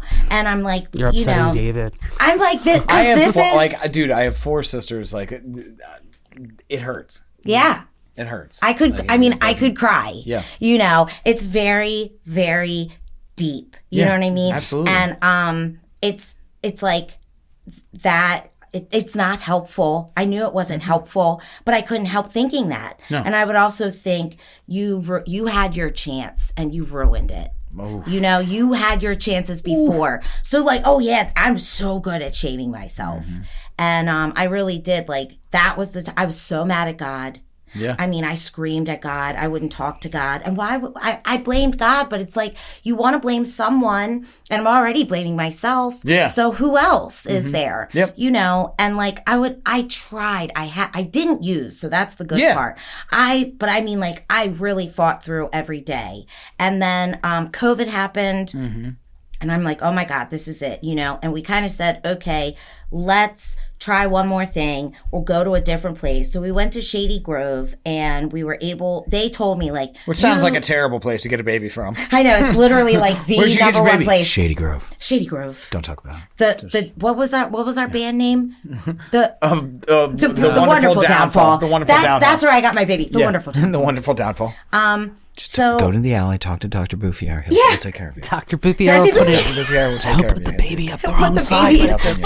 It won't be in the butthole, but he can maybe find the entry somehow. He'll find it. So, and the crazy thing is that like when we went to that, do you know Yulia? Yeah, of course. Yeah. So they went, we have the same egg donor. Oh, nice. Like they went, and she's okay with me talking about this. Yeah, we need to have Yulia back on, actually, because I absolutely love Yulia. She's amazing, right? And like, she is... What a gem. She's a fucking gem. She's very special. Yulia, if you listen to this, I absolutely love you. You're a gem. And get your fucking husband on this podcast. I've been trying to get him for years. Logan. You know, they're just a little busy with having like a baby, a 2-year-old. I get it. And, you know, but I found the time. So let me stop. So did RJ. So did we. I mean, I think we can relate to the, toddlers here, you know. But the crazy thing is that, like, that was clear to me that, like, I've been so mad at God, but I could never have orchestrated things happening the way that they did. That showed me, like, I had to be part of something bigger than me. Yeah. Because out of everyone in the world, she was going through this the exact same time. We had the same transfer date. Oh, wow. We had the same due date. Wow. We were there the same day. She got her transfer right before I got my transfer. We hugged each other in the hallway before I went in. She got pregnant with a girl. I got pregnant with a girl. You know, we had the same egg donor. So it's just insane that, like, out of all of the people, that's how that happened. Yeah. And so now, like, you know, we've talked about eventually them Mystery meeting. Egg Donor 101, you are also a gem. Yes, you're amazing. You made my dreams come true. Do you know the egg donor's name? I don't. Okay. They don't tell us her name. That's fine. But she's an angel. But she is an angel, and I know, like, I can tell you about her dental history and her, you know, but I don't know her name. Yep. But she gave me, like, she made our dreams come true. And so that was, like, the most beautiful thing. And I remember thinking, like, okay, our troubles are over, right? Like, that was my, and thinking, like, okay, this was the thing that, like, and I held on, and I can help other women who have infertility issues. And, you know, then COVID hit. And I got COVID, and I got COVID really, really bad. I was 27 weeks pregnant, and I stopped feeling her moving, and I had to. Oh my God. I had to go to the hospital, and I remember them saying, "Oh, we're just gonna admit you and monitor you." And I'm thinking like, okay, the food sucks here, and I'm really bored, and there's nothing to do. So like, look, just send me home. I thought everything was fine. They don't really tell you anything. Yeah. And then on January 3rd, they came in and said, we've cleared out all the other C-sections. You need to have an emergency C-section right now. 97% do survive. And I was like, and all I remember thinking. What? 97%? What survived? 97 of the babies do survive at 27 weeks. Whoa! Yeah. So I remember like, and this is COVID, so I was isolated, right? RJ's not even there. Wait, No. 27 weeks. All by yourself. All by myself.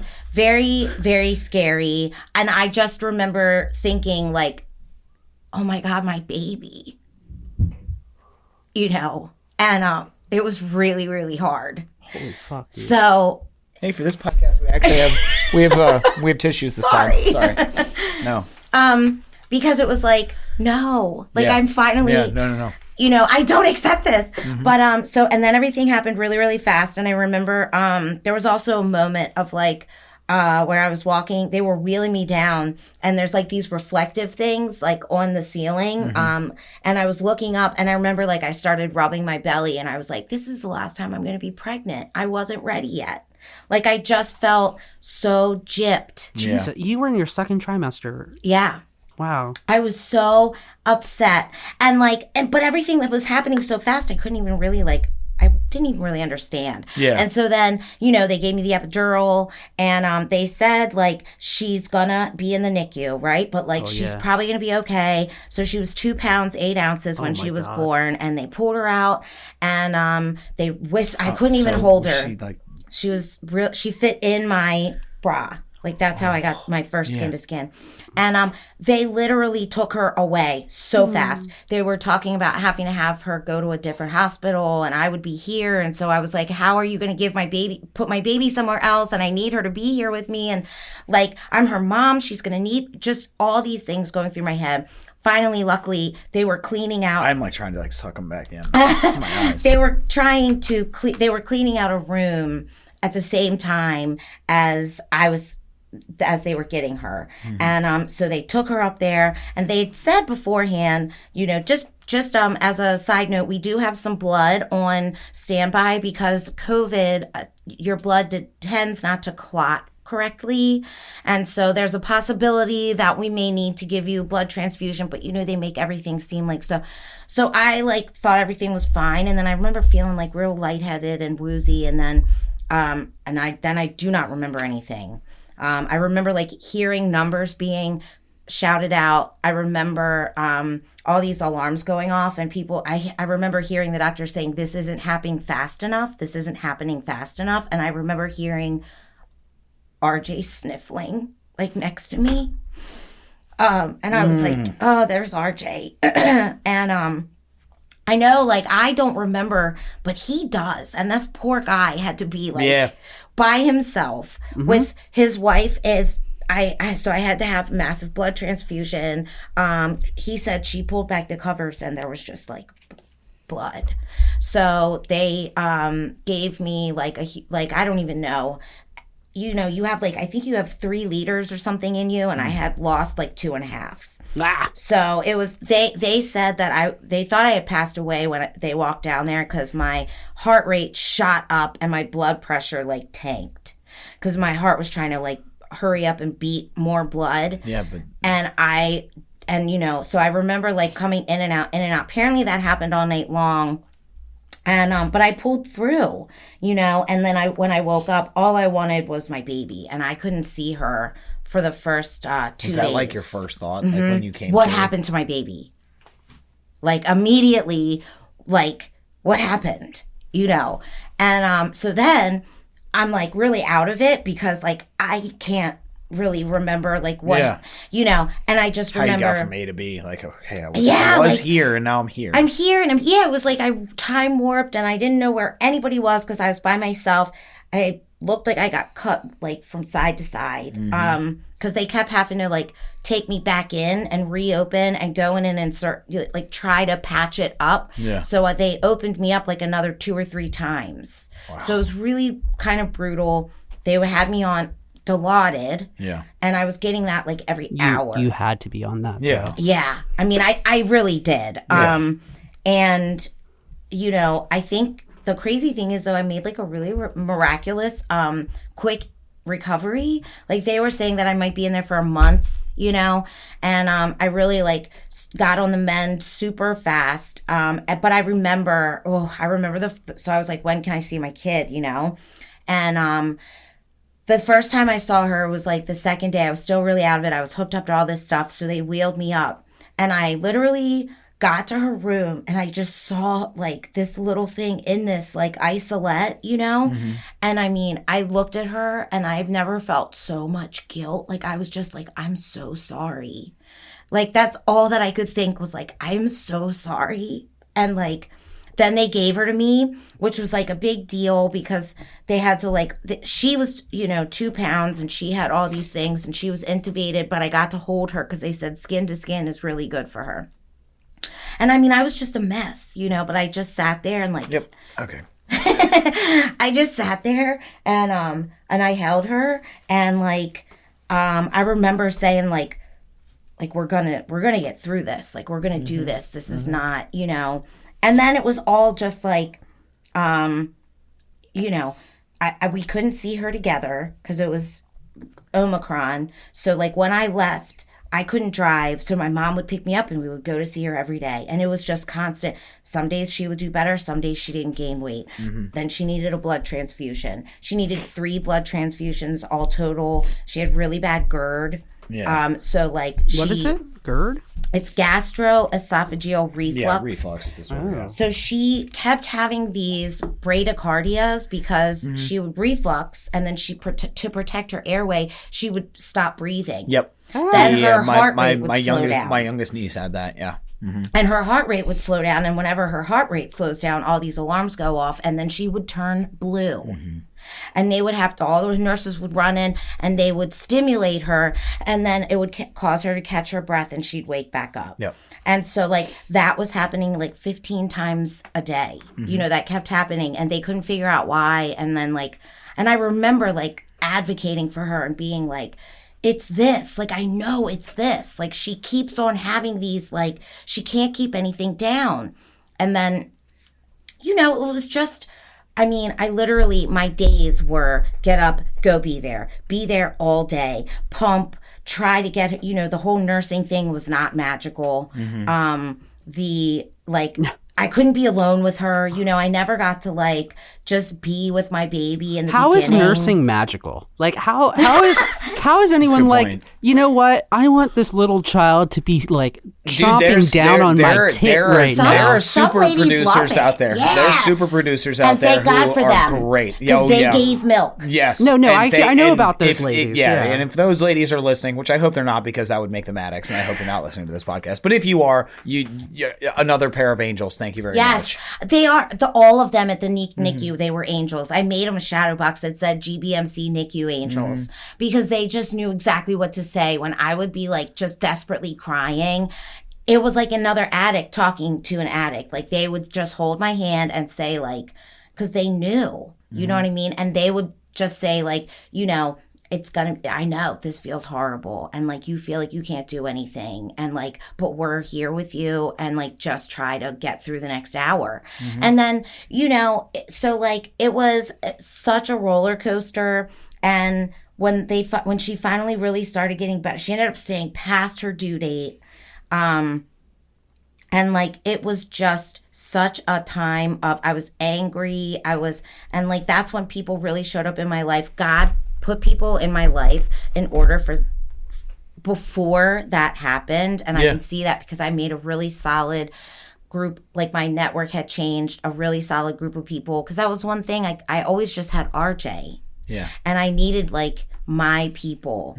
And I needed like to be able, I needed myself. Like I needed to be able to like just be okay with just me. Yeah. And like, you know, a lot of, honestly, like that whole experience forced me to grow so much. It forced me, like pain is a huge motivator. Oh, yeah. It forced me to just like reevaluate everything, you know. Then she gets sent home on oxygen because she was still like having these Brady's, but they were like, she's like, okay, she could stay here for a couple more weeks, or we could send her home on oxygen and pulse ox. So then, like, honestly, the hard work was after. Like, after she left the NICU, I had to stop working. I had never not worked. I had to basically become, like, a nurse and, like, figure out how to take care of her. And I was home, isolated, by myself with this extremely needy human who was sick, you know. And I had no clue. And I know RJ's work takes him away. And he threw himself into his work. He needed to focus on something because he had PTSD. I mean, he was so traumatized from that whole thing that like he dealt with it one way and I dealt with it another way. And that was another thing that really, you know, we were just going through the motions and we really had just become roommates because we went through this awful thing together. I felt like, oh my God, we're here. We lived. We had the best case scenario and you're just working. Like we worked so hard for this family and like now I'm begging you to love me. And I felt like I was asking him to love me like I used to ask my dad to love me, you know? And I felt like I was like, why am I so unlovable, you know? And there's that negative self shit again. Oh, yeah. But I felt that's really what got me to be like, I can't do this. Yeah. And unfortunately, like, it took something this big for us both to like really look and evaluate things because he had been coasting in his recovery for a long time. He hadn't worked with a spot. I mean, he knows all this stuff. Yeah. And he really needed to like find himself. He had gotten lost. We both had gotten so lost. Having a baby was CrossFit. That's so true. I'm sorry, I had to cut the tension with like we had to bring back a laugh. It's getting a little deep over here. Yeah. So, I mean, thank you, CrossFit, for helping my husband find himself again, because it really has helped him. And, you know, it helped. I needed to know that I could take care of myself, honestly. Yeah. Like, I never had done that. I was like 41, 42 years old. And, like, I just had this overwhelming need to, like, prove that, like, I could live on my own. But you still got it. You still got it. I never had it. Yeah. You know, I had to find it. You know what I mean? I had to find it. I gotta get it for the first time. At 41, I had to get it for the first time. But I did. I felt this like crazy need to be like, I could be okay. Like I just went through this whole thing. I can be okay. I have to find myself. Yeah. I was so freaking lost. And so like I did do that and things lined up. And like again, God showed up in my life. Like things fell into place exactly at the right time. And like RJ found himself. I was able to like prove to myself that I can like be an adult, be a grown up. I never grew up, you know, and with a little human. Yeah. And we always still had so much love. It was just that like we had just gone through this like awful thing.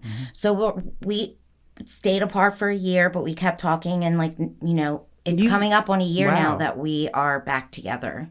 Nice. So you guys moved out and Yeah, everything. I moved out.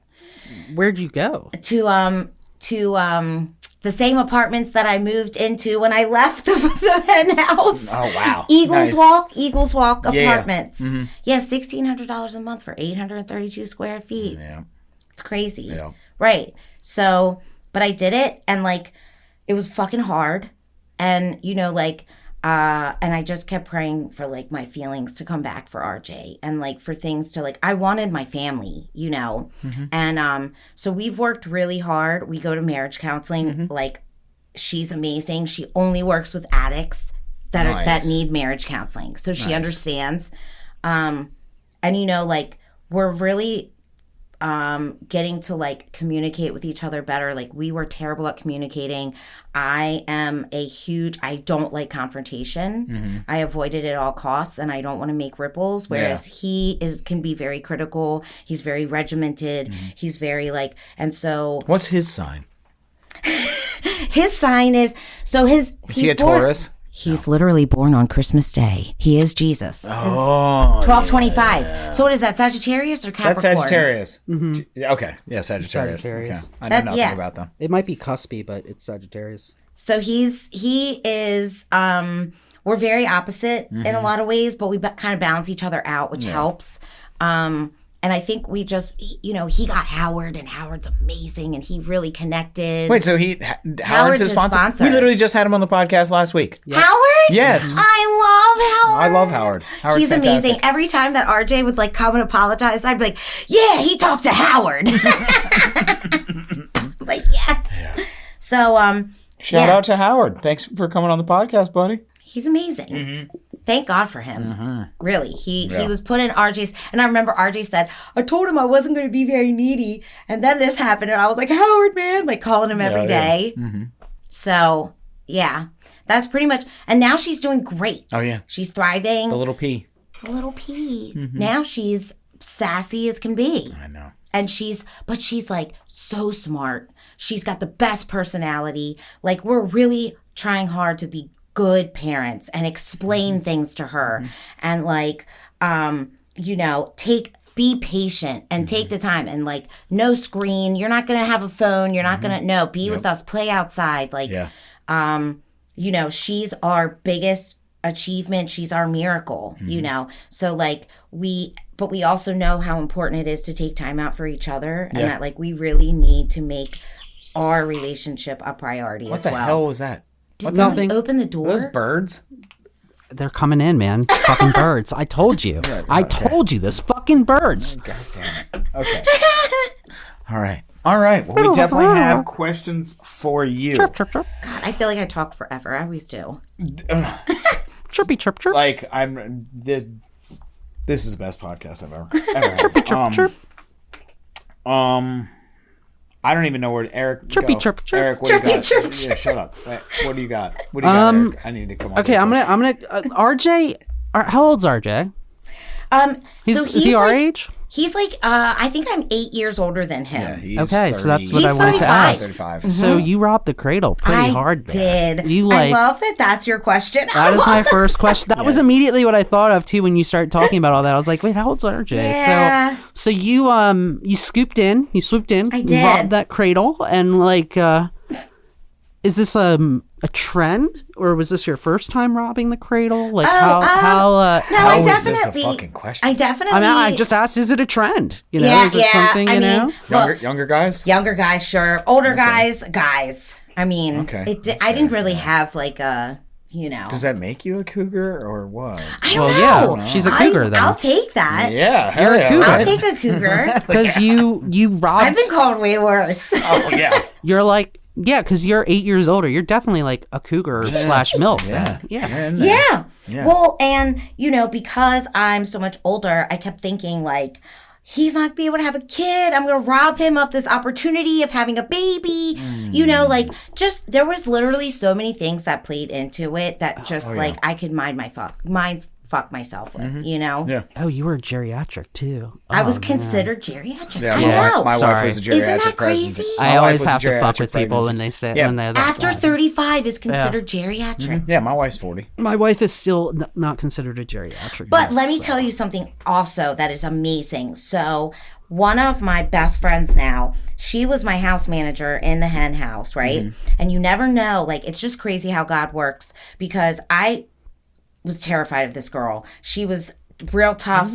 Colleen, she Colleen, yes. Well, P now. Oh, really? Yeah. She, I was so scared of her. I haven't seen her in years. No, she's amazing. She's doing great. She badass. just had a baby. Oh, fantastic.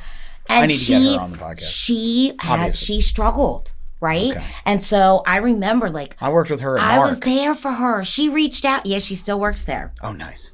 She reached out to me, and I remember being like, oh my God, I can now, like, this is why I went through this.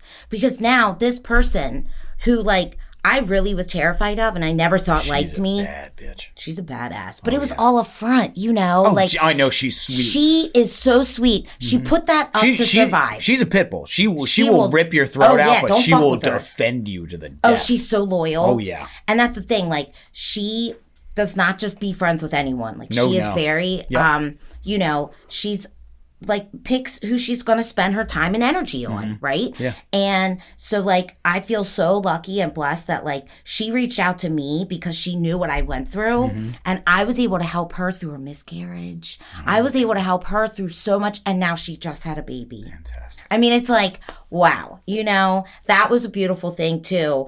And we also have the same doctor, the angel doctor that saved my life is her doctor, and that saved P's life. It's crazy, right? Like, when I found that out, I busted out in tears. It's like, oh my God. Unbelievable. Yeah. All right. Yeah, I'm a cougar. A cougar. Wait, so would Lindsay you... Cougar who doesn't get Would you prefer being called a cougar or a MILF? That's my second question. Oh, man. I'll take either one.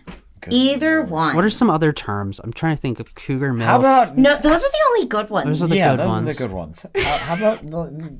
You're done. I'm taking that was a great question. You're done. On to my question. Would it was not a great question. You have asked Eric over the years. You have asked countless great questions. That is not on the list. Are you of a them. cougar or a MILF? Maybe one of the best. Have you ever boofed anything? Yeah, have you ever boofed? Great question. That's a great question. I've thought about it. Way better question. No.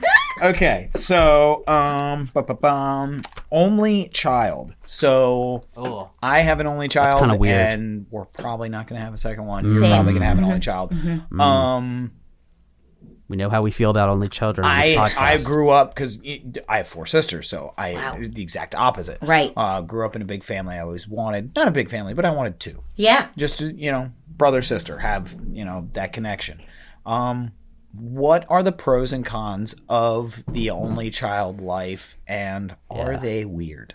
Are they that's weird? how I always That's thought. true. I was like, only children are weird. I dated an only child, and I was like, only once, and I was like, you're fucking weird. Yeah. You're fucking So weird. pros and cons of the only child life. So, okay. Pros, I guess pros would be that, like, we have a very active imagination. Okay. Yeah. Like, I am. Oddly enough, though, I hated being alone in active addiction because I did not want to have to sit with myself and in my head. And I felt incredibly uncomfortable in my skin. But most only children do very well being by themselves. They can entertain themselves. Oh, I know. Yeah. My son, Magnus. Yeah. They, cons, like, obviously they can be selfish. She's not used to sharing. So, like, we wanted to get her. He loves sharing. She does. So weird. She does. Yeah. So now she loves sharing because of daycare. Okay. But I don't know if she loves it. Yeah. But she tolerates it. Well, he's been in daycare, like, since the, like, very beginning. Since, like, 90 days he was in. Wow. Okay. Yeah. Well, that's probably good for him. You know what I mean? Because I was concerned that, we always want our kids not to have to go through pain that we went through. And I was concerned. Our plan was always to have more than one. But after that was a wrap. Yeah. So you can always adopt or foster or any of those things. Like, those are always options too. We actually looked into a lot of that stuff, like, during the whole journey. And it is hard. It is expensive and it is hard and it takes a long fucking time. Jesus. Extremely. Yeah. So, and then, egg donors, I had someone who paid off their master's Who's our guest here? Well, I'm just saying, like, if you want to sell your eggs, like, you make some good money. Oh, they do. They totally do. I thought when an active addiction, I thought that's one thing. You know what? My sperm is worth nothing. I know. I'm a little resentful about that too. If they gave me a $2 bill for they'd be overpaying by $1. You know what it was worth to my my friend's ex-girlfriend? She paid off her Notre Dame master's. What, with your sperm? With her egg. Oh yeah. She sold an egg and paid for her entire master's program. She gets a bunch of money. Eggs are worth money. She got like 40 or 50 grand or something. Well, because they have to take hormones. They have to stimulate themselves. Yeah. This girl was a machine, dude. She made like 40. Jesus. One round. Just what is she, a salmon? Exactly. Like, what the fuck? Exactly. What are you, a salmon? I'm sorry. What are you, a fish? Yeah. So only child pros and cons. So I really do think that like it depends on the situation, and maybe like you don't know until everything's said and done. Because I'm bummed out that like my I am son's probably too. not going to have, because I have always 4 plan- sisters. yeah. And, I can call my sister and be like, hey, remember that time when mom did this? And But it's here's like, one yeah. thing: she will never have to know whether we loved another child more than her. Oh, that's what's so great. I'm the most loved. I'm the biggest Because piece you're of the only shit. dude. I'm the only dude. Well, there you go, And see? all my sisters know it. They were like, we know you were the favorite. We know it. And like my mom said it to them. That's She great. told it to their face. That's great. Like, that's why David's my favorite. And I was like, fuck yeah.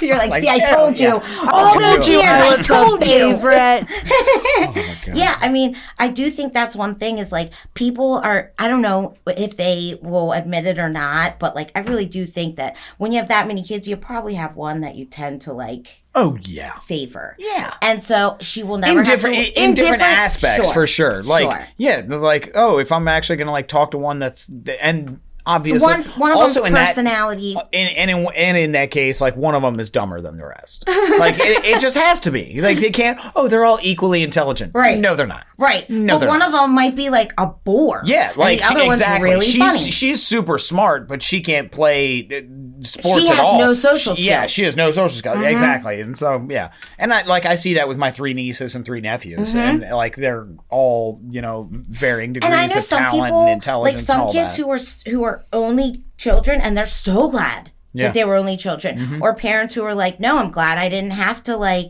And nowadays they're so expensive.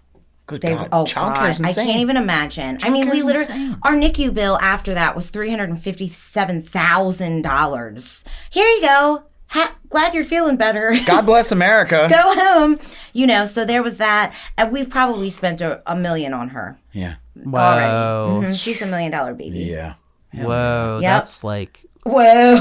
Dude, and just over the years, just all the updates and everything I see on Facebook, I'm just like heart. I was like, can I get a bigger heart? Can I get a bigger heart? Zuckerberg, bigger heart button. I need more of the love. And I'm getting just because we like all of us, we've all had babies right around the same time, and it's just. Been I know so you guys. awesome. We've gotten so much support, and like I've been the opposite though. Like I don't post pictures. I don't. I'm not. I Yeah, don't. I RJ was- loves I'm it. sorry. It's all I him. was He does just- it for I know us. And no, I was just Facebook stalking you, Lindsay, and I don't see any pictures of your child no, at it's all. RJ. Here's It's the all funny RJ. thing. That Facebook, I think the last yeah. picture I put up was maybe when we got married. Yeah. But like, I don't get on there ever. No. In fact, I tell people I don't have it. Like and then I'm they'll looking be for like, your child. I'm like, where's your child? I Yeah, can't no. find. You're such an early '80s baby. I do Aw. Instagram because somebody was like, Yeah. what do you mean on Instagram? Like, get with the 20th century. And I'll get on there just to like, scroll things. And then they get me every time. They'll be like, course. oh, you need this new face cream. I'm like, I do need Yeah, this you're new right. face cream. Well, your daughter is adorable. Thank Oh, you. Sweet Pea She is is awesome. she is perfect, I mean, she's Hi. beautiful. Her big blue eyes. I mean, I see them like RJ. she looks like, yes, everyone says like, oh my God, she looks like RJ.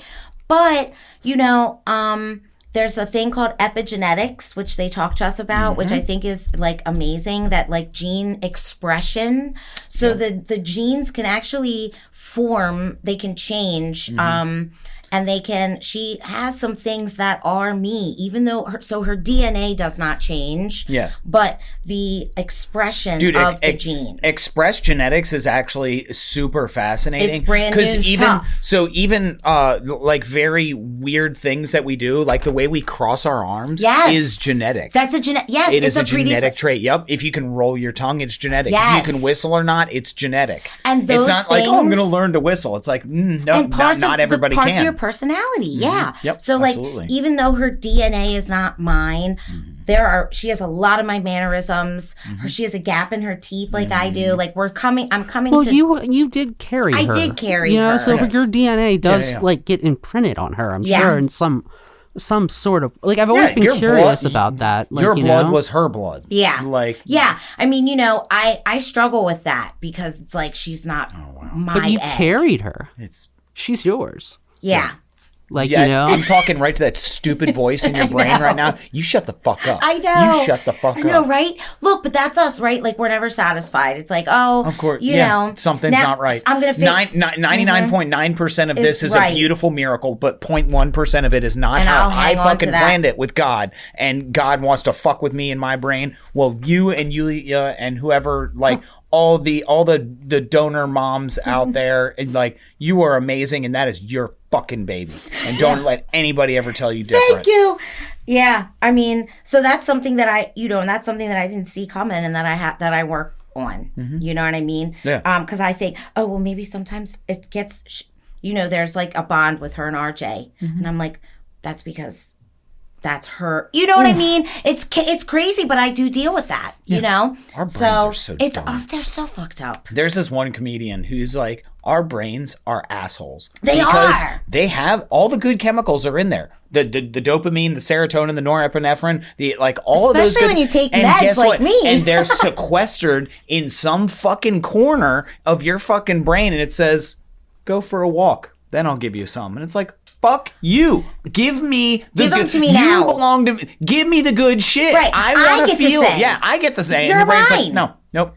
Yeah, it's interesting because I've been like, I recently started a job like of my dreams, and I've been reading like about neuroplasticity, epigenetics. your all wedding these- dress is dope, by the way. Thanks, it's my grandmother's. It's fucking rad. It was my as shit, grandmother's. dude. I was so. Thank you so much. That's really nice of you to say. It's pretty cool. It was a way to make an amends to my stepdad because I always saw that and was like, this is so beautiful, but she was so tiny. I thought there was no fucking way I'd ever be able to wear it. Yeah. And it worked. So I'm like, it's a beautiful dress. thank you. Yeah, they kept it in really good shape.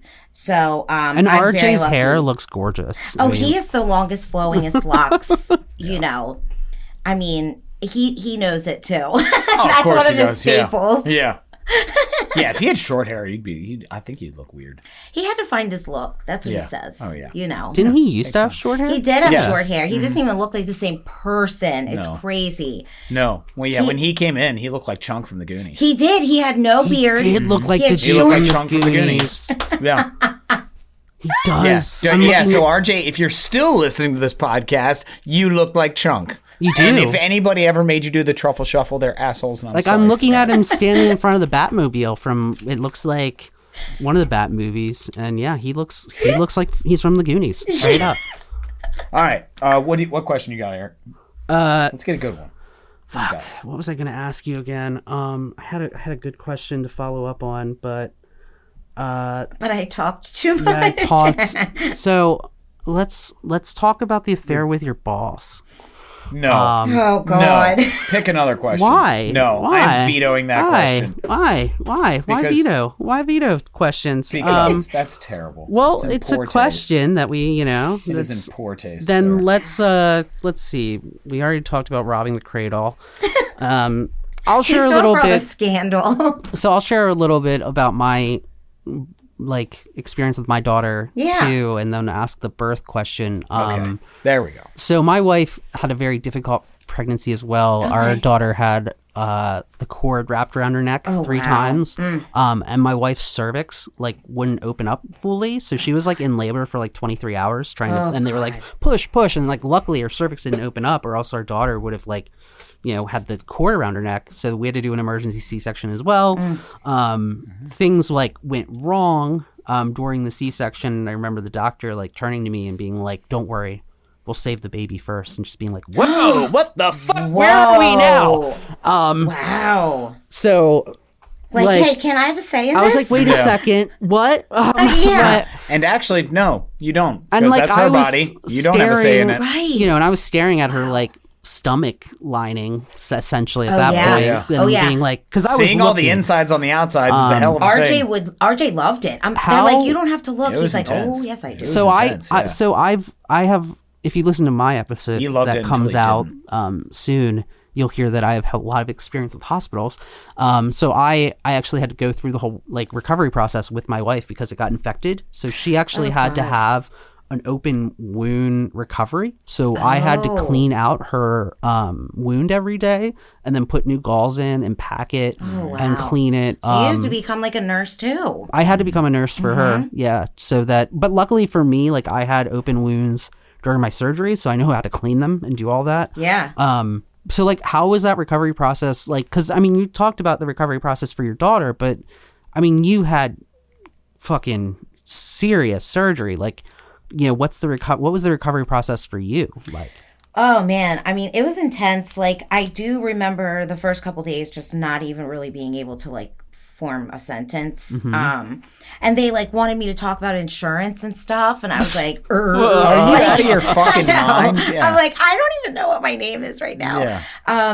But I do remember, like, you know, I was terrified of getting a habit again because I knew I was going to be in there for a while. Yeah. You know, like, our brains don't know the difference. And like, I've had multiple surgeries clean because of the endometriosis and all the issues that I've had there.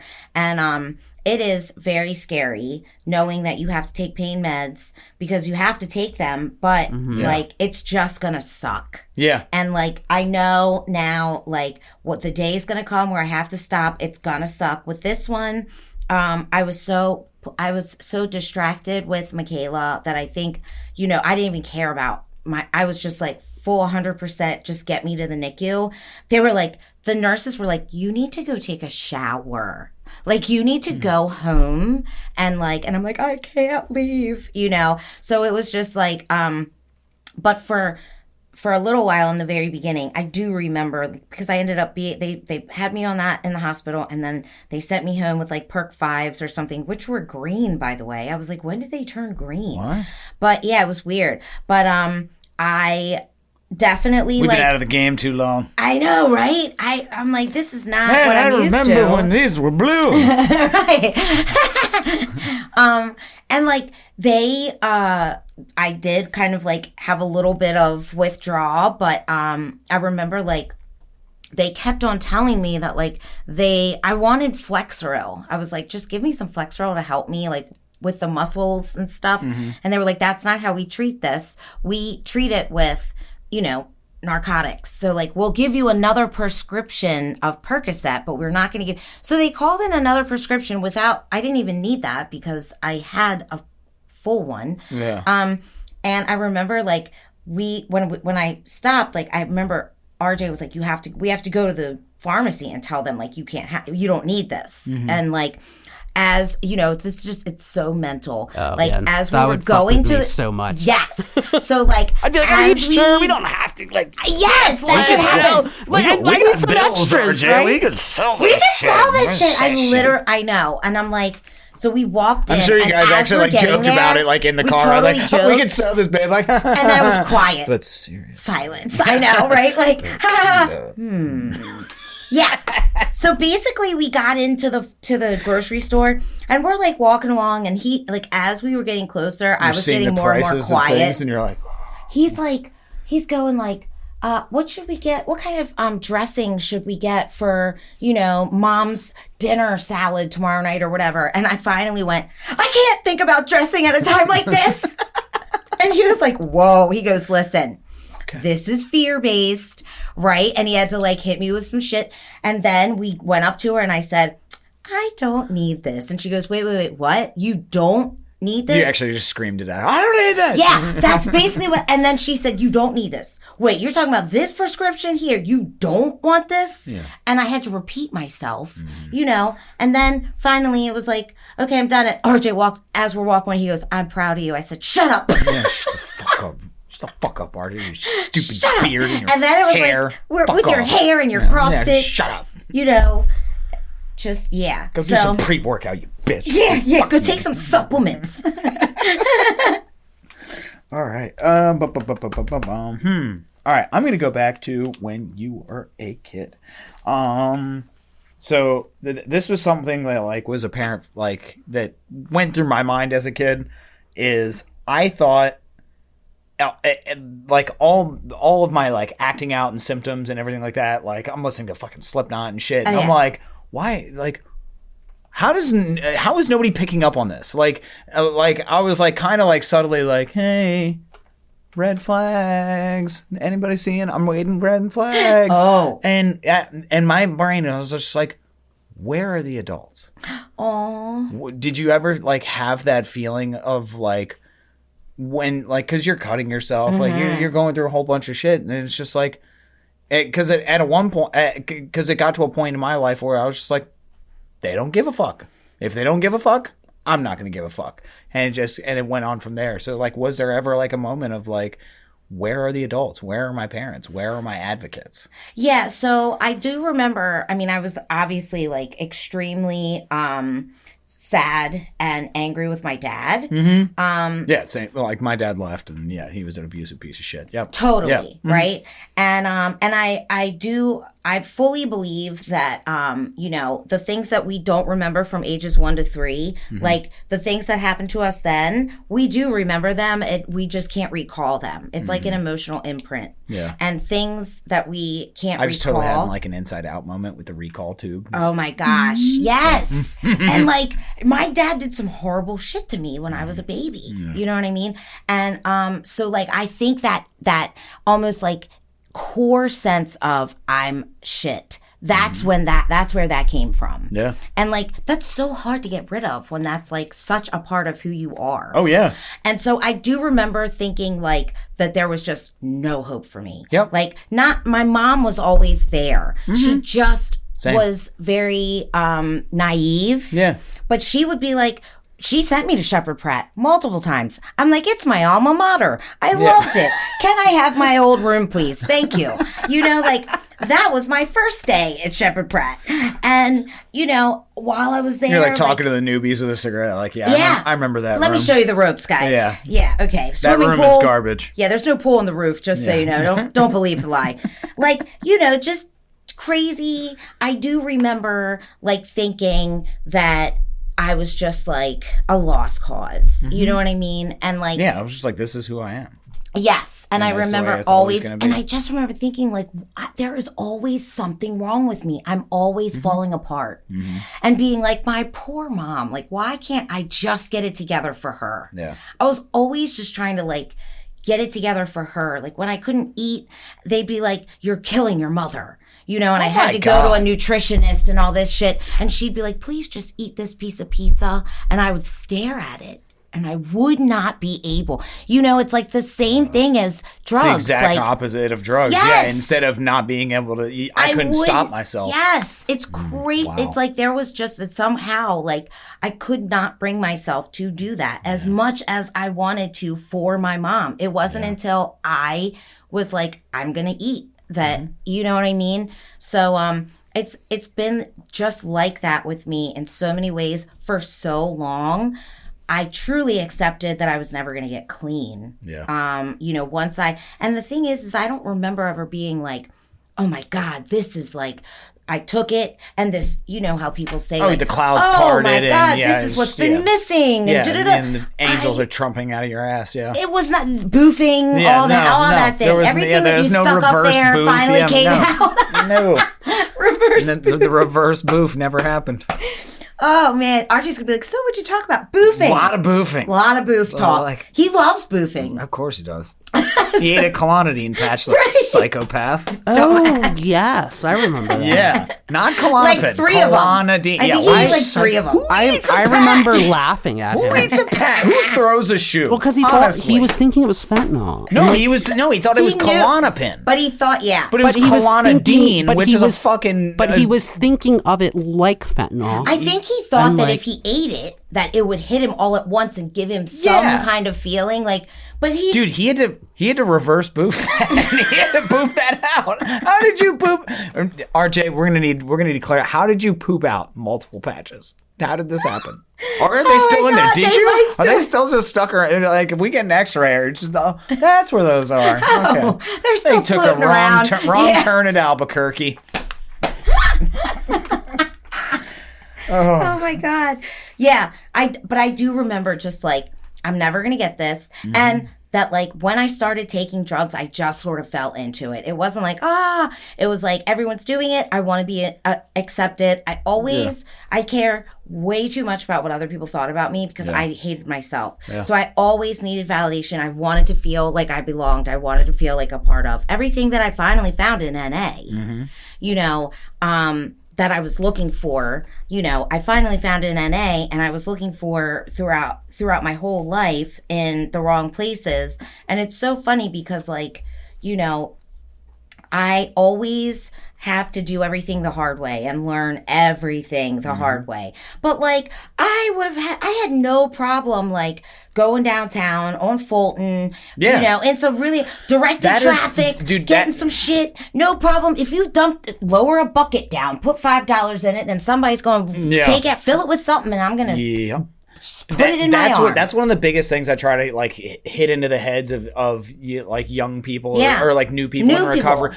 When you're on the street, somebody literally hands you something and suggests that you take it. And you take it, no questions asked. But then you come into these fucking rooms and people are like, hey, let me suggest this good... Wait, hey, let me ask some fucking questions about this. I'm like, who the fuck do you think you are, dude? And it's so funny, like, who are you to ask questions about the people that are trying to help you? Right. You don't get to decide how you get your help. Yep. You know what I mean? Yep. So, and like, I work in treatment now, and some of the stuff that these guys, like literally the other day, somebody said like, oh, well, I was a cheater. And the guy goes, yeah, well, you had a disease.